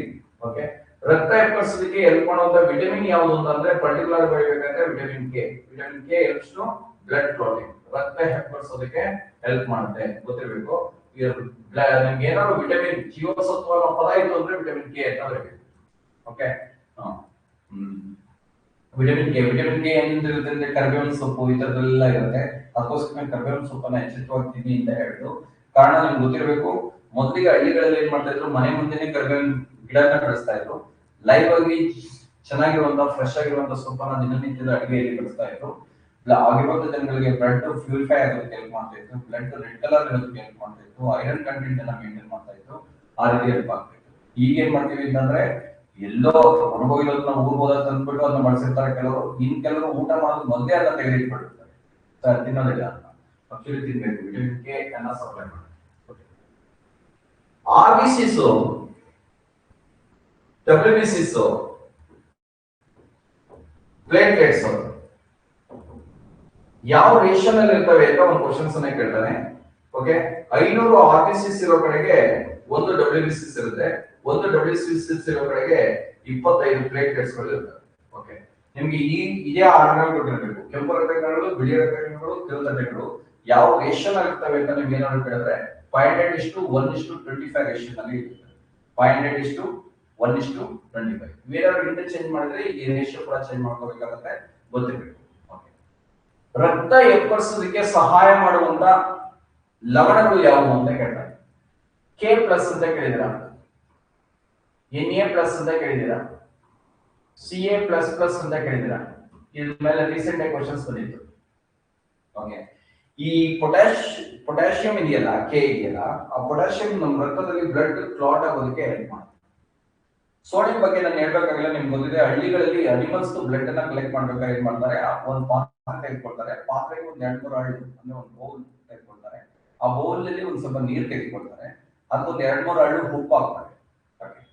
ನೀರು ತೆಗೆದುಕೊಳ್ಳುವಂತ ಉದ್ದೇಶ ಏನು ಅಂತಂದ್ರೆ ಆ ಬ್ಲಡ್ ಅದಕ್ಕೆ ಅಂಟ್ಕೊಳ್ಳದೆ ಇರಲಿ ಪಾತ್ರೆಗೆ. 2-3 ಹಳ್ಳಿ ಉಪ್ಪು ಹಾಕುವಂತ ಉದ್ದೇಶ ಏನು ಅಂತಂದ್ರೆ ಬೇಗ ಕ್ಲಾಟ್ ಆಗಲಿ, ರಕ್ತ ಬೇಗ ಹೆಪ್ಪುಗಟ್ಟಲಿ. ಓಕೆ, ಇದನ್ನ ನೋಡಿರ್ತೀರ, ಕಾರಣದೊಳಗೆ ಸೋಡಿಯಂ ಇರುತ್ತೆ.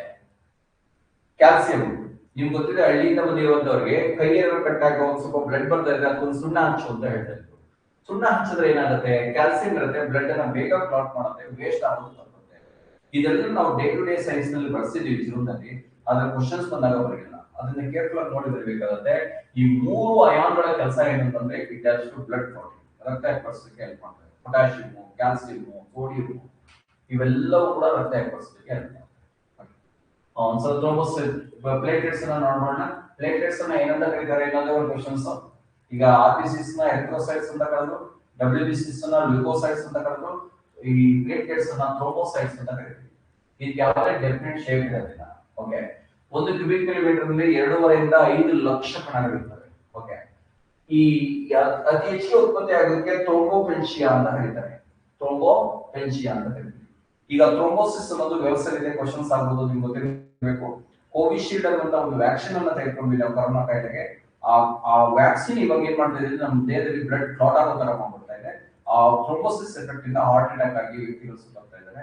ನಿಮ್ಗೆ ಗೊತ್ತಿದೆ, ಯಂಗರ್ ಏಜ್ 14 ಇಯರ್ಸ್ ಮಕ್ಕಳಿಗೆ, 6 ಇಯರ್ಸ್ ಮಗುವಿಗೆ ಈ ತರ ಇದೆಲ್ಲ ಆಗೋದನ್ನ ನೋಡಿದ್ರೆ ಥ್ರೋಂಬೋಸಿಸ್. ಆ ಯಂಗರ್ ಏಜ್ ಅಲ್ಲಿ ಯಾಕೆ ಆಗ್ತಿದೆ ಅಂತಂದ್ರೆ ಇದು ಬ್ಲಡ್ ಕ್ಲಾಟ್ ಆಗುತ್ತದೆ.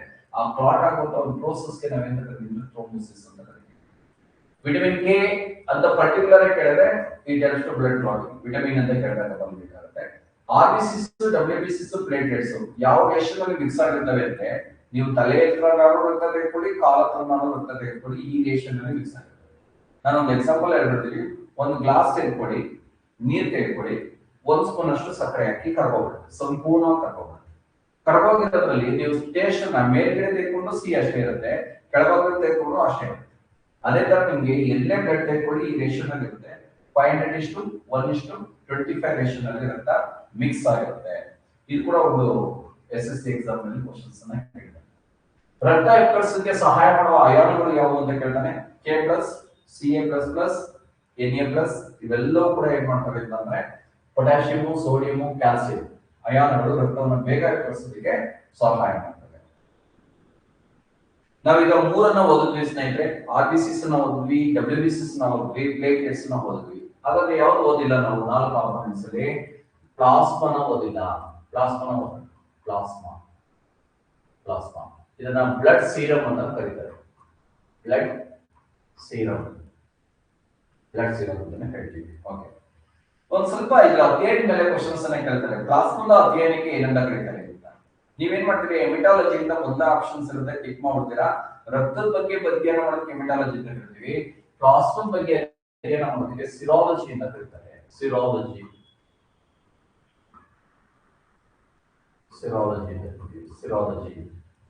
Next serology. ರಕ್ತದ ಬಗ್ಗೆ ಅಧ್ಯಯನ ಮಾಡೋದಕ್ಕೆ ಏನಂತ ಕರೀತಾರೆ ಅಂತ ಕೇಳ್ತಾನೆ. ಈಗ ಆಲ್ರೆಡಿ ಗೊತ್ತಿದೆ ನಿಮ್ಗೆ, ಹೆಮಟಾಲಜಿ ಅಂತ ಕರೀತಾರೆ. ಹೆಮಟಾಲಜಿ ಇವೆಲ್ಲ ಒಂದೇ ತರ ಇರ್ತವೆ, ಗೊತ್ತಿರಬೇಕು ನಿಮಗೆ. ಹೆಮಟಾಲಜಿ ರಕ್ತದ ಬಗ್ಗೆ ಅಧ್ಯಯನ ಮಾಡೋದಕ್ಕೆ ಹೆಮಟಾಲಜಿ. ಡಿಸೀಸಸ್ ಕಾಯಿಲೆಗಳ ಬಗ್ಗೆ ಅಧ್ಯಯನ ಮಾಡೋದಕ್ಕೆ ಏನಂತ ಕರೀತಾರೆ ಅಂತ ಕೇಳ್ತಾನೆ. ಪೆಥಾಲಜಿ ಅಂತ ಕರಿತೀವಿ. ಪೆಥಾಲಜಿ ನಿಮ್ಗೆ PSI ಕ್ವೆಶ್ಚನ್ಸ್ ಆಗಿ ಕೇಳಿದ್ದಾರೆ. ರೋಗಗಳ ಬಗ್ಗೆ ಅಧ್ಯಯನ ಮಾಡೋದಕ್ಕೆ ಏನಂತ ಕರೀತಾರೆ ಅಂತ ಪೆಥಾಲಜಿ ಅಂತ ಕರೀತೀವಿ. ಪೆಥಾಲಜಿ ನೋಡಿ, ಮೊದಲಿಗೆ ಹೆಂಗ್ ಮಾಡ್ತಾ ಇದ್ರು ಡಾಕ್ಟರ್ಗಳು ಅಂತಂದ್ರೆ, ನಿಮ್ಗೆ ಏನಾದ್ರು ಜ್ವರ ಬಂದ್ರೆ, ಜ್ವರ ಏನ್ ಸಿಂಪ್ಟಮ್ಸ್ ಇರುತ್ತೋ ಅದನ್ನ ಡಾಕ್ಟರ್ ಹತ್ರ ಹೋಗಿ ಹೇಳ್ತಾ ಇದ್ರು. ಜ್ವರ ಬಂದಿದೆ, ವಾಮಿಟಿಂಗ್ ಆಗ್ತಾ ಇದೆ, ಊಟ ಸೇರ್ತಾ ಇಲ್ಲ, ಡೌಟ್ ಬರ್ತಾ ಇದೆ, ಈ ತರದ ಏನೋ ಅವರು ಇಮ್ಯಾಜಿನೇಷನ್ ಮಾಡ್ಕೊಂಡು ಒಂದು ಇದಿರಬಹುದು ಅಂತ ಸಸ್ಪೆಕ್ಟ್ ಮಾಡ್ಕೊಂಡು ಮೆಡಿಕೇಶನ್ ಕೊಡ್ತಾ ಇದ್ರು. ಇಂಜೆಕ್ಷನ್ ಕೊಡೋರು, ಮಾತ್ರೆ ಕೊಡೋರು, ಇದೆಲ್ಲ ಕೊಡೋರು. ಕೊಟ್ಟಾದ್ಮೇಲೆ ಕೊನೆಯಲ್ಲಿ ಒಂದು ಮಾತಾಡೋರು, 3 ದಿನ ಇದು ತೆಗೆದುಕೊಂಡು ನೋಡಿ, ಹೋಗಿಲ್ಲ ಅಂದ್ರೆ ಮತ್ತೆ ಬರಬೇಕು. ಮೆಡಿಸಿನ್ ತೆಗೆದುಕೊಂಡಾದ್ಮೇಲೆ ಕಾಯಿಲೆ ಯಾಕೆ ಹೋಗಿಲ್ಲ ಅಂದ್ರೆ, ಕಾಯಿಲೆನೇ ಬೇರೆ, ಕೊಟ್ಟಿರುವಂತ ಮೆಡಿಸಿನ್ಸ್ ಬೇರೆ, ಆ ತರ ಆಗುತ್ತೆ, ಅದನ್ನ ಕಾಯಿಲೆ ಹೋಗಿಲ್ಲ. ಓಕೆ, ಮತ್ತೆ ಬರ್ಬೇಕಾಗಿತ್ತು, ಮತ್ತೆ ಇನ್ನೊಂದು ಟ್ರಯಲ್ ಅನ್ನು ಸ್ಟಾರ್ಟ್ ಮಾಡಿ. ಈಗ ಹಂಗಲ್ಲ, ನಿಮ್ಗೆ ನೀವ್ ಹೇಳ್ತಾರಂತ ಸಿಂಪ್ಟಮ್ ಮಲೇರಿಯಾ ಸಿಂಪ್ಟಮ್ಸ್ ಇದೆ ಅಂದ್ರೆ ಮಲೇರಿಯಾ ಟೆಸ್ಟ್ ಕಳಿಸ್ತೀವಿ ಬ್ಲಡ್ ಅನ್ನ. ಆ ಬ್ಲಡ್ ಟೆಸ್ಟ್ ಮಾಡ್ಬಿಟ್ಟಾದ್ಮೇಲೆ ಗೊತ್ತಾಗುತ್ತೆ ಮಲೇರಿಯಾ ಪಾಸಿಟಿವ್ ಬಂದ್ರೆ ಮೆಡಿಕೇಶನ್ ಸ್ಟಾರ್ಟ್ ಮಾಡ್ತೀವಿ, ನೆಗೆಟಿವ್ ಬಂದ್ರೆ ಮಾಡ್ತೀವಿ. ಅಂದ್ರೆ ಕಾಯಿಲೆ ಬಂದಿದೆಯಾ ಇಲ್ವಾ ಅಂತ ಬ್ಲಡ್ ನ ಸೀರಮ್ ಮೂಲಕನೇ ನಾವು ಟೆಸ್ಟ್ ಮಾಡ್ತೀವಿ. ಓಕೆ, ಅದಕ್ಕೆ ಪೆಥಾಲಜಿ. ಅದಕ್ಕೆ 3 ಒಂದೇ ಕಡೆ ಬಂದಿದ್ದೀನಿ.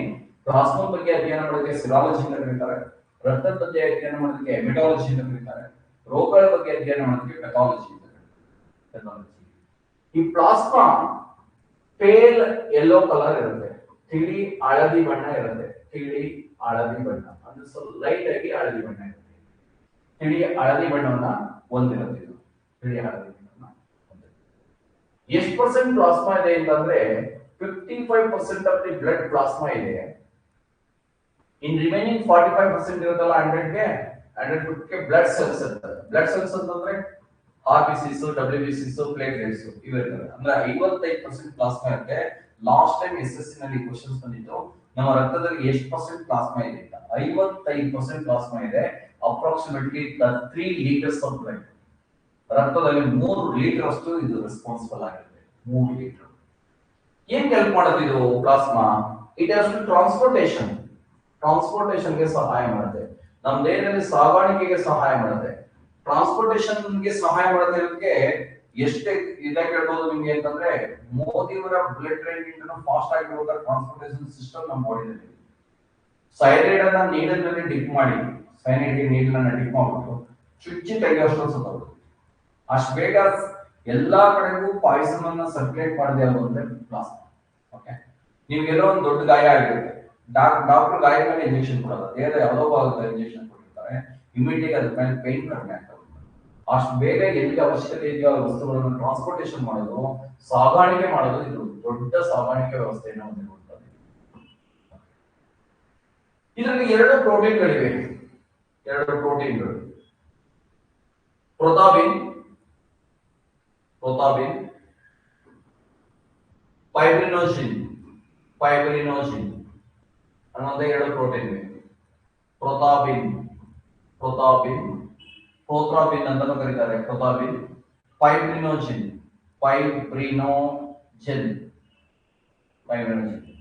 ಓಕೆ, ನಿಮ್ಗೆ ಕೈ ಕಟ್ ಮಾಡ್ಕೊಂಡೆ ಅಲ್ಲಿ ಬಂದ್ಬಿಟ್ಟು ಆದ್ಮೇಲೆ ಪ್ರೊಥಾಬಿನ್ ಏನ್ ಮಾಡುತ್ತೆ ಅಂದ್ರೆ ಥ್ರೆಡ್ ಲೈಕ್ ಸ್ಟ್ರಕ್ಚರ್ಸ್ ಅನ್ನ ಕ್ರಿಯೇಟ್ ಮಾಡುತ್ತೆ. ಫೈಬ್ರಿನೋಜಿನ್ ಮತ್ತು ಪ್ರೊಥಾಬಿನ್ ಬ್ಲಡ್ ಹೋಗೋದನ್ನ ತಡೆಗಟ್ಟುತ್ತೆ, ಅದನ್ನ ನಿಲ್ಸೋದಕ್ಕೆ ಹೆಲ್ಪ್ ಮಾಡುತ್ತೆ. ದಿಸ್ ಟೂ ಪ್ರೋಟೀನ್ಸ್ ಅಷ್ಟು ಬ್ಲಡ್ ಪ್ರೋಟೀನ್, ರಕ್ತ ಎಕ್ಕಡಿಸೋದಕ್ಕೆ ಸಹಾಯ ಮಾಡುತ್ತೆ. ಈ ಕೆಳಗಿನ ಯಾವ ಪ್ರೋಟೀನ್ ರಕ್ತ ಎಕ್ಕಡಿಸುವಲ್ಲಿ ಭಾಗವಹಿಸುತ್ತದೆ ಅಂತ ಒಂದು ಕೆಪಿಎಸ್ಸಿ ಕ್ವೆಶ್ಚನ್ಸ್ ಇದೆ. ಪ್ರೊಥಾಬಿನ್ ಮತ್ತು ಫೈಬ್ರಿನೋಜಿನ್ ಎರಡು ಪ್ರೋಟೀನ್ಗಳು ಏನ್ ಹೆಲ್ಪ್ ಮಾಡ್ತವೆ ಅಂತಂದ್ರೆ, it has to blood protein, ರಕ್ತವನ್ನ ಹೆಪ್ಪಡಿಸೋದಕ್ಕೆ ಇವು ಸಹಾಯ ಮಾಡ್ತವೆ. ಬ್ಲಡ್ ಪ್ಲಾಸ್ಮಾದಲ್ಲಿರುವಂತ ಲೋಹ ಯಾವುದು ಅಂತ ಮೊನ್ನೆ ಒಂದು ಕ್ವಶನ್ಸ್ ಅನ್ನ ಕೇಳಿದ್ದಾರೆ. ಬ್ಲಡ್ ಪ್ಲಾಸ್ಮಾದಲ್ಲಿರುವಂತ ಲೋಹ, ರಕ್ತದಲ್ಲಿರುವಂತದ್ದು ಐರನ್, ಪ್ಲಾಸ್ಮಾದಲ್ಲೇ ಪರ್ಟಿಕ್ಯುಲರ್ ಕೊಟ್ರೆ ಮೆಗ್ನೀಷಿಯಂ ಲೋಹವನ್ನ ಹೊಂದಿರ್ತದೆ. ಓಕೆ, ಇದನ್ನ ಇವತ್ತು ನಾವು ಬ್ಲಡ್ ಪ್ಲಾಸ್ಮಾನ ಏನಕ್ಕೆ ಬಳಸ್ತಾ ಇದೀವಿ ಅಂದ್ರೆ, ಡಯಾಗ್ನೋಸಿಸ್ ಅನ್ನ ಮಾಡೋದಕ್ಕೆ ಬಳಸ್ತಾ ಇದೀವಿ, ತಪಾಸಣೆ ಮಾಡೋದಕ್ಕೆ ಬಳಸ್ತಾ ಇದೀವಿ. ನಾನು ಈಗಾಗಲೇ ಹೇಳಿದೆ, ನಿಮ್ ಕಾಯಿಲೆ ಇದೆಯಾ ಇಲ್ವಾ ಅಂತ ಚೆಕ್ ಮಾಡೋದಕ್ಕೆ ಬ್ಲಡ್ ಸೀರಮ್ ನ ಚೆಕ್ ಮಾಡಿದ್ರೆ ಸಾಕು, ನಮ್ಗೆ ಗೊತ್ತಾಗುತ್ತೆ ನಿಮ್ಗೆ ಮಲೇರಿಯಾ ಇದೆಯಾ, ವೈರಲ್ ಫೀವರ್ ಏನಾದ್ರು ಇದೆಯಾ, ಇದೆಯಾ ಅನ್ನೋದು ಗೊತ್ತಾಗುತ್ತೆ. ಕಾರಣ ತಪಾಸಣೆ ಅನ್ನೋದು ಇದೆಯಲ್ಲ, ಡಯಾಗ್ನೋಸಿಸ್ ಇದೆಯಲ್ಲ, take decision is called diagnosis ಅಂತ ಹೇಳ್ತೀವಿ. ಅಂದ್ರೆ ಡಿಸಿಷನ್ ತೆಗೆದುಕೊಳ್ಳೋದು, ಸ್ಟೆಪ್ಸ್ ಅನ್ನ ಏನ್ ಮಾಡ್ಬೇಕು ಅಂತ ತೆಗೆದುಕೊಳ್ಳೋದು ಡಯಾಗ್ನೋಸಿಸ್. ಓಕೆ, ಇವ್ರಿಗೆ ಮೆಡಿಕೇಶನ್ಸ್ ಕೊಡ್ಬೇಕಾ, ಆಪರೇಷನ್ ಮಾಡ್ಬೇಕಾ, ಏನೋ ಒಂದು ಥೆರಪಿ ಕೊಡ್ಬೇಕಾ, ಏನ್ ಮಾಡ್ಬೇಕು ಅಂತ ಡಿಸೈಡ್ ಮಾಡೋದನ್ನ ಡಯಾಗ್ನೋಸಿಸ್ ಅಂತ ಹೇಳ್ತೀವಿ. ಅಂದ್ರೆ ಪತ್ತೆ ಹಚ್ಚಲಿಕ್ಕೆ ನಾವೇ ಆಗ್ಬೋದು, ಆದ್ರೆ ಪರ್ಟಿಕ್ಯುಲರ್ ಇದೇ ಮಾಡ್ಬೇಕು ಅಂತ ಅದಕ್ಕೆ ಪ್ರೊಫೆಷನಲ್ಸೇ ಬೇಕಾಗುತ್ತೆ. ಓಕೆ, ಡಾಕ್ಟರ್ ಒಬ್ಬ ರೋಗಿ ಬಂದಂತೆ ಕೈ ಬೆರಳನ್ನ ಇಟ್ಕೊಂಡು ಡಾಕ್ಟರ್ ಇನ್ನೂ ಹೋಗುತ್ತೆ ಅಂತ ಎಲ್ಲಾ ಭಾಗವನ್ನು ತೋರಿಸ್ಬಿಟ್ಟಂತೆ, ಡಾಕ್ಟರ್ಗೆ ಕನ್ಫ್ಯೂಷನ್ ಆಗ್ತು, 5 ನಿಮಿಷ ಕೂತ್ಕೊಳ್ಳಪ್ಪ ಅಂತ ನೋಡೋದಂತೆ, ಅವನ್ ಬೆರಳಿನ ತುದಿನಲ್ಲಿ ನೋವಿದಂತೆ ಎಲ್ಲ ಮುಟ್ಟಾಗ ಆ ಪಾರ್ಟ್ ಎಲ್ಲ ನೋಡ್ಕೊಂತ ಅಂದ್ಬಿಟ್ಟ. ಹಂಗೆ ನಾವು ಟ್ರೀಟ್ಮೆಂಟೇ ಒಂದು, ಇದೇ ಒಂದು ಆಗ್ಬಾರ್ದು. ಈ ಡಯಾಗ್ನೋಸಿಸ್ ಇದೆಯಲ್ಲ, ಅದು 100% ಪ್ರಾಪರ್ ಆಗಿ ಆಗ್ಬೇಕು. ನಿಮ್ಗೊಂದು ಗೊತ್ತಿರಲಿ, ನಮ್ಮ ಭಾರತದಲ್ಲಿ ಇವತ್ತು ಕೂಡ 10% ಅಷ್ಟೇ ಡಯಾಗ್ನೋಸಿಸ್ ಆಗಿ ಮೆಡಿಕೇಶನ್ಸ್ ನ ಕೊಡ್ತಾ ಇರೋದು. ಇನ್ ರಿಮೈನಿಂಗ್ 90% ಡಯಾಗ್ನೋಸಿಸ್ ಮೇಲೆ ನಾವು ಡಿಪೆಂಡ್ ಆಗ್ತಾ ಇಲ್ಲ. ಅದೇ ಒಂದು ದೊಡ್ಡ ಮಾಫಿಯಾ ಆಗಿದೆ, ಮೆಡಿಕಲ್ ಮಾಫಿಯಾ. ನೋಡಿ, ಆಪರೇಷನ್ ಮಾಡೋಕೆಲ್ಲವಕ್ಕೂ ಕೂಡ ಆಪರೇಷನ್ ಅಗತ್ಯತೆ ಇಲ್ಲ. ಕೆಲವಕ್ಕೆ ಅಂತ ಮೆಡಿಕೇಶನ್ ಅಲ್ಲಿ ಕ್ಯೂರ್ ಮಾಡೋದಕ್ಕೆ ಸಾಧ್ಯತೆ ಇದೆ, ಆದ್ರೆ ಡಾಕ್ಟರ್ ಸಜೆಸ್ಟ್ ಮಾಡೋದು ಹೇಗೆ ಅಂದ್ರೆ ಆಪರೇಷನ್ಸ್. ಕಾರಣ, ನಿಮ್ಗೆ ಡಯಾಗ್ನೋಸಿಸ್ ಮಾತ್ರೆ ಕೊಟ್ಟು ಕ್ಯೂರ್ ಮಾಡಿದ್ರೆ ಅವ್ರಿಗೆ ಸಿಗುವಂತ ಅಮೌಂಟ್ ಕಡಿಮೆ, ನಿಮ್ಗೆ ಆಪರೇಷನ್ ಮಾಡಿದ್ರೆ ಸಿಗುವಂತ ಅಮೌಂಟ್ ಜಾಸ್ತಿ. ಅದರಿಂದ ಈ ಡಯಾಗ್ನೋಸಿಸ್ ಪ್ರಾಪರ್ ಆಗಿ ಆಗ್ತಾ ಇಲ್ಲ. WHO ಒಂದು ವರದಿಯನ್ನು ಕೊಟ್ಟಿದೆ, ಇಂಡಿಯಾದಲ್ಲಿ ಓನ್ಲಿ 10% ಡಯಾಗ್ನೋಸಿಸ್ ಆಗಿ ಮೆಡಿಕೇಶನ್ ತೆಗೆದುಕೊಳ್ತಾ ಇರೋದು. ಇವತ್ತು ಒಂದು ಅಂದಾಜಲ್ಲಿ ತೆಗೆದುಕೊಳ್ತಾ ಹೋಗ್ತಿದೆ. ಕೆಲವರು ಸೆಲ್ಫ್ ಮೆಡಿಕೇಶನ್ ತೆಗೆದುಕೊಳ್ತಾರೆ, ಜ್ವರ ಇದ್ರೆ ಎತ್ತಿದ್ರೆ ಅವ್ರಿಗೆ ಹಾಸ್ಪಿಟಲ್ಗೆ ಹೋಗಲ್ಲ, ಅವರೇ ಮೆಡಿಕಲ್ ಸ್ಟೋರ್ ಅಲ್ಲಿ ನೇರವಾಗಿ ತೆಗೆದುಕೊಂಡು ಅಲ್ಲೇ ಔಷಧಿನ ತೆಗೆದುಕೊಳ್ತಾರೆ. ಅದು ಇನ್ನೂ ಕೂಡ ಓಕೆ, ಇದು ಡಯಾಗ್ನೋಸಿಸ್ ಅನ್ನೋದು ಪ್ರಾಪರ್ ಆಗಿ ಆಗಬೇಕು, ಗೊತ್ತಿರಲಿಲ್ಲ. ಓಕೆ, ಜೀವನಕ್ಕೆ ಹತ್ರ ಆಗಬೇಕಂತ ಇದನ್ನ ಹೇಳ್ಬೇಕಾಗುತ್ತೆ. ಓಕೆ, ಪ್ಲಾಸ್ಮಾ ಬಗ್ಗೆ ನೋಡೋದಂದ್ರೆ, ಪ್ಲಾಸ್ಮಾದ ಅಧ್ಯಯನಕ್ಕೆ ಸಿರಾಲಜಿ ಅಂತ ಕರೀತಾರೆ, ರಕ್ತದ ಅಧ್ಯಯನಕ್ಕೆ ಹೆಮಿಟಾಲಜಿ ಅಂತ ಕರೀತಾರೆ, ರೋಗಗಳ ಅಧ್ಯಯನಕ್ಕೆ ಪೆಥಾಲಜಿ ಅಂತ ಕರಿತೀವಿ. ಈ ಪ್ಲಾಸ್ಮಾ ಪೇಲ್ ಎಲ್ಲೋ ತರ ಹಳದಿ ಬಣ್ಣವನ್ನು ಹೊಂದಿರುತ್ತೆ, 55% ಪ್ಲಾಸ್ಮಾ ಇರುತ್ತೆ. ಓಕೆ, ಈ ಪ್ಲಾಸ್ಮಾದಲ್ಲಿ ಟ್ರಾನ್ಸ್ಪೋರ್ಟೇಷನ್ ಸಾಗಾಣಿಕೆಗೆ ಸಹಾಯ ಮಾಡುತ್ತಿದ್ದು ಎರಡು ಪ್ರೋಟೀನ್ ಗಳನ್ನ ಹೊಂದಿರುತ್ತಿದ್ದು, ಪ್ರೊಥಾಬಿನ್ ಮತ್ತು ಫೈಬ್ರಿನೋಜಿನ್. ಇಷ್ಟು ಪ್ರೋಟೀನ್ಸ್ ಅಷ್ಟು ಬ್ಲಡ್ ಪ್ರೋಟೀನ್, ರಕ್ತ ಏರ್ಪಡಿಸೋದಕ್ಕೆ ಹೆಲ್ಪ್ ಮಾಡ್ತದೆ. ಮೆಗ್ನೀಷಿಯಂ ಮತ್ತು ಡಯಾಗ್ನೋಸಿಸ್ ಮಾಡೋದಕ್ಕೆ, ಅಂದ್ರೆ ಯಾವ ಕಾಯಿಲೆ ಅಂತ ಪತ್ತೆ ಹಚ್ಚೋದಕ್ಕೆ ಇದು ಹೆಲ್ಪ್ ಮಾಡುತ್ತೆ. ವೈರಲ್ ಬ್ಯಾಕ್ಟೀರಿಯಲ್ಲ, ಅವು ಕ್ಯಾನ್ಸರ್ ಬಂದಿದೆಯಾ, ಬ್ಲಡ್ ಕೂಡ ಇವತ್ತು ಚೆಕ್ ಮಾಡೋದಕ್ಕೆ ಸಾಧ್ಯತೆ ಇದೆ, ಅದನ್ನ ಮಾಡೋದಕ್ಕೆ ಹೆಲ್ಪ್ ಮಾಡುತ್ತೆ. ಓಕೆ, ಇದು ನಮ್ಮ ಬ್ಲಡ್ ನಲ್ಲಿ ಸುಮಾರು 99% ವಾಟರ್ ಇರುತ್ತೆ ಇದ್ರೊಳಗೆ ಪ್ಲಾಸ್ಮಾದಲ್ಲಿ. 8% ಅಷ್ಟು ಪ್ರೋಟೀನ್ ಇರುತ್ತೆ, 2% ಅಷ್ಟು ಹಾರ್ಮೋನ್ಸ್ ಇರ್ತವೆ, ಹಾರ್ಮೋನ್ಸ್ ಅಂಡ್ ರಿಮೈನಿಂಗ್ ಎಲ್ಲವೂ ಇರ್ತವೆ, ವಿಟಮಿನ್ಸ್ ಇರ್ತವೆ, ಅಮೈನೋ ಆಸಿಡ್ಸ್ ಇರ್ತವೆ, ಅವೆಲ್ಲ ಇರ್ತವೆ. ಓಕೆ, ಇದಿಷ್ಟು ಒಟ್ಟಾರೆ ಮೇಜರ್ ಕಾಂಪೋನೆಂಟ್ಸ್ ವಾಟರ್ ಇರುತ್ತೆ ಅಂತ ಗೊತ್ತಿರಬೇಕು. ಅದಕ್ಕೋಸ್ಕರ ಇದು ದ್ರವ ರೂಪದಲ್ಲಿ ಇರುತ್ತೆ. ಓಕೆ, ಪ್ಲಾಸ್ಮಾ ದ್ರವ ರೂಪದಲ್ಲಿ. ಈಗ ನಾವು ಬ್ಲಡ್ ನ 4 ಕಾಂಪೋನೆಂಟ್ ಗಳ ಬಗ್ಗೆ ಓದಿದ್ವಿ. ನಾವು ಆರ್ಬಿಸಿಸ್ ಬಗ್ಗೆ ಓದಿದ್ವಿ, ಡಬ್ಲ್ಯೂಬಿಸಿಸ್ ಬಗ್ಗೆ ಓದಿದ್ವಿ, ಪ್ಲೇಟ್ಲೆಟ್ಸ್ ಬಗ್ಗೆ ಓದಿದ್ವಿ, ಪ್ಲಾಸ್ಮಾ ಬಗ್ಗೆ ಓದಿದ್ವಿ. ಓಕೆ, ಎಲ್ಲವೂ ಕಾಮನ್ ಆಗಿ ಈ 4 ಸೇರಿದ ಒಂದಷ್ಟು ಜನರಲ್ ಕ್ವಶನ್ಸ್ ಗಳು ಬರ್ತವೆ, ಅವನ್ನ ನೋಡೋಣ. ರಕ್ತ ಎಲ್ಲಿ ಉತ್ಪತ್ತಿ ಆಗುತ್ತೆ ಅಂತ ಕೇಳ್ತಾನೆ. Blood produced in bone marrow. Bone marrow ಅಂದ್ರೆ ಮೂಳೆಯ ಅಸ್ಥಿ ಮಜ್ಜೆಯಲ್ಲಿ ಉತ್ಪತ್ತಿ ಆಗುತ್ತೆ. ಮೂಳೆಯ ಅಸ್ಥಿ ಮಜ್ಜೆ. ಮೊದಲೇ ಒಂದ್ಸಲ ಹೇಳಿದ್ರಲ್ಲ ಸರ್ ಅಂತಂದ್ರೆ, ಮೊದಲು ಆರ್ಬಿಸಿಸ್ ಹೇಳುವಾಗ ಆರ್ಬಿಸಿಸ್ ಬಗ್ಗೆ ಹೇಳಿದ್ವಿ, ಡಬ್ಲ್ಯೂಬಿಸಿಸ್ ಹೇಳುವಾಗ ಅಲ್ಲೇ ಹೇಳಿದ್ವಿ. ಈಗ ಏನಾಗುತ್ತೆ ಅಂತಂದ್ರೆ ಜನರಲ್ ಆಗಿ ಕೇಳಿದ್ರೆ ಗೊತ್ತಿರಬೇಕು. ಇದನ್ನ ಕನ್ಫ್ಯೂಷನ್ ಮಾಡಿ ಕೂಡ ಏನ್ ಕೇಳಿದ, ಬೋನ್ ಫ್ಯಾಟ್ ಅಂತ, ಮೂಳೆಯ ಕೊಬ್ಬು ಅಂತ ಕೊಟ್ಟರು ಕೂಡ ಕರೆಕ್ಟ್. ನಾನ್ ವೆಜಿಟೇರಿಯನ್ ಗೊತ್ತಿರುತ್ತೆ, ಇದು ಈಸಿಯಾಗಿ ಹೊರಗಡೆ ಬರಲ್ಲ. ಫ್ಯಾಟಿ ನೇಚರ್ ಅನ್ನ ಹೊಂದಿರುತ್ತೆ, ಆಯಿಲಿ ನೇಚರ್ ಅನ್ನ ಹೊಂದಿರುತ್ತೆ. ಕಾರಣ ಅದಕ್ಕೆ ಬೋನ್ ಮ್ಯಾರೋ ಅಥವಾ ಬೋನ್ ಫ್ಯಾಟ್ ಅಂತ ಕರೀತೀವಿ. ಇನ್ನು ಸ್ಪ್ಲೀನ್, ಶೈಶವಾವಸ್ಥೆಯಲ್ಲಿ ರಕ್ತ ಎಲ್ಲಿ ಉತ್ಪತ್ತಿ ಆಗುತ್ತೆ ಅಂತ ಕೇಳ್ತಾನೆ. ಸ್ಪ್ಲೀನ್ ಗುಲ್ಮದಲ್ಲಿ ಉತ್ಪತ್ತಿ ಆಗುತ್ತೆ. ಗುಲ್ಮ ಭ್ರೂಣದ ಹಂತದಲ್ಲಿ, ತಾಯಿಯ ಇದ್ರೊಳಗೆ ದೇಹದಲ್ಲಿ ಭ್ರೂಣದ ಹಂತದಿಂದ 1.5 ವರ್ಷದವರೆಗೆ, ಮಗುವಿನ 1.5 ವರ್ಷದವರೆಗೆ, 1.5-2 ವರ್ಷದವರೆಗೆ ರಕ್ತ ಎಲ್ಲಿ ಉತ್ಪತ್ತಿ ಆಗುತ್ತೆ. ಸ್ಪ್ಲೀನ್ ಗುಲ್ಮದಲ್ಲಿ ಉತ್ಪತ್ತಿ ಆಗುತ್ತೆ. ಜನನ ಹಿಂಭಾಗದಲ್ಲಿದೆ, ಚೀಲದ ರೂಪದಲ್ಲಿ ಇರುತ್ತೆ. ಇವಾಗ ನಮ್ಗೆ ಏನ್ ಕೆಲಸ ಮಾಡ್ತಾ ಇದೆ ಅಂದ್ರೆ 150ರಿಂದ 200 ml ರಕ್ತವನ್ನ ಸ್ಟೋರ್ ಮಾಡ್ಕೊಂಡಿರುತ್ತೆ. ನಮ್ಮ ಬಾಡಿ ಏನಾದ್ರು ಆಘಾತಕ್ಕೊಳಗಾದ್ರೆ ಅದನ್ನ ರಕ್ತವನ್ನ ಕಟ್ಕೊಟ್ಬಿಟ್ಟು ಡ್ಯಾಮೇಜ್ ಅನ್ನು ಫುಲ್ಫಿಲ್ ಮಾಡುತ್ತೆ. ಸ್ಪ್ಲೀನ್ ಗುಲ್ಮದಲ್ಲಿ ಉತ್ಪತ್ತಿ ಆಗುತ್ತೆ. ಓಕೆ, ನೆಕ್ಸ್ಟ್, ಒಬ್ಬ ಆರೋಗ್ಯವಂತ ಮಾನವನಲ್ಲಿ ಎಷ್ಟಿರ್ಬೇಕು ರಕ್ತ? 5.5 liters of blood in healthy person. ಆರೋಗ್ಯವಂತ ಮಾನವನಲ್ಲಿ 5.5 ಲೀಟರ್ ರಕ್ತ ಇರಬೇಕು. ನಾವೇನ್ ಮಾಡ್ತೀವಿ, ಬುಕ್ಗಳಲ್ಲಿ 5ರಿಂದ 6 ಅಂತ ರೌಂಡ್ ಫಿಗರ್ ಬರೆದಿರ್ತೀವಿ. ಆಕ್ಚುಲಿ ಎಕ್ಸಾಕ್ಟ್ ಹೇಳ್ಬೇಕಂದ್ರೆ 5.5 ಲೀಟರ್ಸ್ ಆಫ್ ಬ್ಲಡ್ ಇರಬೇಕು. ನಿಮ್ಮ ದೇಹದ ತೂಕಕ್ಕೆ ತಕ್ಕಂತೆ ನೋಡೋದಾದ್ರೆ 1/8 ಆಫ್ ಯುವರ್ ಬಾಡಿ ವೇಟ್ ಇರಬೇಕು ಅಂದ್ರೆ, ಅಥವಾ 8% ಬ್ಲಡ್ ಇರಬೇಕು. ಓಕೆ, ಈಗ 40 kg ಇದ್ದೀರಾ ಅಂತ ಇಟ್ಕೊಳ್ಳಿ. 8ರಿಂದ ಬಾಕ್ಸ್ 8×5 ಲೀಟರ್ ಬ್ಲಡ್ ಇರಬೇಕು. ಆ ರೀತಿ ನಿಮ್ ದೇಹದ ತೂಕದ 8ರಿಂದ ಬಾಕ್ಸ್ ಎಷ್ಟಿರ್ಬೇಕೋ ಅಷ್ಟು ಬ್ಲಡ್ ಇರಬೇಕು. ಯಾರಿಗೆ 8% ಬ್ಲಡ್, ಓಕೆ, 14% ಅಷ್ಟು ಬೋನ್ಸ್, 14% ಆಫ್ ಬೋನ್ಸ್ ಮೂಳೆಗಳು, 15% ಆಫ್ ಮಸಲ್ಸ್ ಇದೆ, ಅವರು ಹೆಲ್ತಿ ಆಗಿದ್ದಾರೆ ಅಂತ ಅರ್ಥ. ಓಕೆ, ನಿಮ್ಮ ಬಾಡಿ weight ನ ಅಷ್ಟಿದ್ರೆ ಹೆಲ್ತಿ ಅಂತ.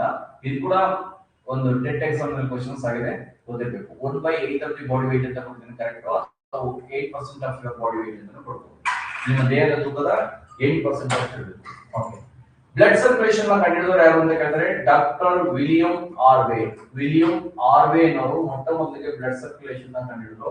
ವಿಲಿಯಂ ಆರ್ವೆ ಅನ್ನೋರು ರಕ್ತವನ್ನು ಪರಿಚಲನೆ ಕಂಡುಹಿಡಿದ್ರು. ಇವರು ಇಂಗ್ಲೆಂಡ್ ಅವರು, ಇಂಗ್ಲೆಂಡ್. ಓಕೆ, ರಕ್ತ ಪರಿಚಲನೆ ಕಂಡುಹಿಡಿದವರು ಯಾರು ಅಂತ ಕೇಳಿದ್ರೆ ಡಾಕ್ಟರ್ ವಿಲಿಯಂ ಆರ್ವೆ ಅಂತ ಗೊತ್ತಿದೆ. ರಕ್ತದ pH ಮೌಲ್ಯವನ್ನ ಕೇಳ್ತಾನೆ. ರಕ್ತದ pH ವ್ಯಾಲ್ಯೂ ಎಷ್ಟು ಅಂತ 7.4. ಓಕೆ, ಹ್ಯೂಮನ್ ಬ್ಲಡ್ ಅನ್ನು ನೀವು ಟೆಸ್ಟ್ ಮಾಡಿದ್ರೆ ಸ್ವಲ್ಪ ಸಾಲ್ಟಿ ನೇಚರ್ ಇರುತ್ತೆ. ಯಾಕೆ ಅಂತಂದ್ರೆ pH 7ಕ್ಕಿಂತ ಜಾಸ್ತಿ ಇರುತ್ತೆ. 7 ಇದ್ರೆ ನ್ಯೂಟ್ರಲ್, 7ಕ್ಕಿಂತ ಜಾಸ್ತಿ ಇದ್ರೆ 7 to 8 ರೇಂಜ್ ಅಲ್ಲಿ ಇರುತ್ತೆ. ಇದು ಅಂದ್ರೆ 7.4. ಇದೊಂದು ತುಂಬಾ ಟೈಪ್ ಕೇಳಿದ್ದೇನೆ, ಗೊತ್ತಿದೆ. ಅದರಿಂದನೇ ನಮ್ಮ ಇದನ್ನ ತೆಗೆದುಕೊಳ್ಳಿ, ನಮ್ಮ ಬೈ ಪ್ರಾಡಕ್ಟ್ ಯಾವ್ದಾದ್ರು ತೆಗೆದುಕೊಳ್ಳಿ, ಸಾಲ್ಟಿ ನೇಚರ್ ಅನ್ನ ಹೊಂದಿರ್ತಾರೆ. ಸ್ವೆಟ್ ಅನ್ನ ಟೆಸ್ಟ್ ಮಾಡಿ ಸಾಲ್ಟಿ ನೇಚರ್ ಇರುತ್ತೆ, ಮ್ಯೂಕಸ್ ಅನ್ನ ಟೆಸ್ಟ್ ಮಾಡಿ ಸಾಲ್ಟಿ ನೇಚರ್ ಇರುತ್ತೆ, ಮತ್ತೆ ಯೂರಿನ್ ಅನ್ನ ಟೆಸ್ಟ್ ಮಾಡಿ ಸಾಲ್ಟಿ ನೇಚರ್ ಇರುತ್ತೆ. ಬ್ಲಡ್ ಇಂದ ಬಂದಂತವು ಬ್ಲಡ್ ಸಾಲ್ಟಿ ನೇಚರ್ ಇದೆ ಅಂದ್ರೆ ಬಂದಿರುವಂತಹ ಉಪೋತ್ಪನ್ನಗಳು ಸಾಲ್ಟಿ ನೇಚರ್ ಅನ್ನು ಹೊಂದಿರ್ತವೆ. pH ವ್ಯಾಲ್ಯೂ ಅಂದ್ರೆ ಪರ್ಸೆಂಟೇಜ್ ಆಫ್ ಹೈಡ್ರೋಜನ್ ಅಯಾನ್ ಅಂತ 7.4 ಇರುತ್ತೆ. 7.4 ನ ಹೊಂದಿರುತ್ತೆ. ಇಲ್ಲಿವರೆಗೆ ಓದೋದನ್ನ ನಾವು ಫಿಸಿಯಾಲಜಿ ಆಫ್ ದಿ ಬ್ಲಡ್ ಅಂತ ಹೇಳ್ತೀವಿ. ಫಿಸಿಯಾಲಜಿ ಆಫ್ ದಿ ಬ್ಲಡ್, ರಕ್ತ ಎಲ್ಲಿದೆ, ಹೇಗಿದೆ, ಏನ್ ಮಾಡುತ್ತೆ ಅಂತ ಓದಿದ್ವಿ. ಮುಂದಿನ ತರಗತಿನಲ್ಲಿ ಏನ್ ನೋಡೋಣ ಅಂತಂದ್ರೆ ರಕ್ತಕ್ಕೆ ಬರುವಂತ ಕಾಯಿಲೆಗಳು, ಡಿಸೀಸ್ ಆಫ್ ದಿ ಬ್ಲಡ್ ಏನೇನು, ಕ್ಲಾಸಿಫಿಕೇಶನ್ಸ್ ಆಫ್ ದಿ ಬ್ಲಡ್, ರಕ್ತದ ವರ್ಗೀಕರಣವನ್ನ ಯಾವ ಆಧಾರದ ಮೇಲೆ ಮಾಡಿದ್ದಾರೆ. ಇದಿಷ್ಟನ್ನ ಮುಂದಿನ ತರಗತಿನಲ್ಲಿ ಓದೋಣ. ಇದಿಷ್ಟು ಸಮಗ್ರವಾಗಿ ಗೊತ್ತಾದ್ರೆ ನಿಮ್ಗೆ ಒಂದು ಕ್ವಶನ್ಸ್ ಅನ್ನ ಎಕ್ಸ್ಪೆಕ್ಟ್ ಮಾಡುವಂತ ಒಂದು ಏರಿಯಾ ಇದು. ಎಸ್ಪೆಷಲಿ PC PSI ಈ ತರ ರೀಸೆಂಟ್ ಆಗಿ ಬರುವಂತ ಸಾಧ್ಯತೆ ಇದೆ ಎಕ್ಸಾಮ್. ಈ ಬ್ಲಡ್ ಒಂದು ಮೇಜರ್ ಕಾಂಪೊನೆಂಟ್ಸ್ ಆಗಿರೋದ್ರಿಂದ ನಿಮಗೆ ಕ್ವಶನ್ಸ್ ಬರುವಂತ ಸಾಧ್ಯತೆಗಳು ತುಂಬಾ ಜಾಸ್ತಿ ಇದೆ. PC ಇಂದ ಹಿಡಿದು UPSC ವರೆಗೆ ಇಲ್ಲಿವರೆಗೆ ಒಂದು 200 ಕ್ವಶನ್ಸ್ಗಳು ಇದ್ರ ಮೇಲೆ ರಿಜಿಸ್ಟರ್ ಆಗಿರ್ಬೋದು, ಇಷ್ಟೊಳಗೆ ಬಂದಿರ್ತವೆ. ಈಗ ಹೇಳಿದಂತ ದಟ್ ಏನಿದೆ ಕವರ್ ಆಗಿದೆ. ಇವತ್ತಿನ ತರಗತಿಯಲ್ಲಿ physiology of the blood complete ಆಗಿದೆ. ಮುಂದಿನ ತರಗತಿಯಲ್ಲಿ ಡಿಸೀಸ್ ಆಫ್ ದಿ ಬ್ಲಡ್, ರಕ್ತದ ಕಾಯಿಲೆಗಳ ಬಗ್ಗೆ ಅಧ್ಯಯನ ಮಾಡೋಣ ಅಂತ ಹೇಳ್ತಾ ಇವತ್ತಿನ ತರಗತಿಯನ್ನ ಕಂಕ್ಲೂಡ್ ಮಾಡ್ತೀವಿ. ಧನ್ಯವಾದ.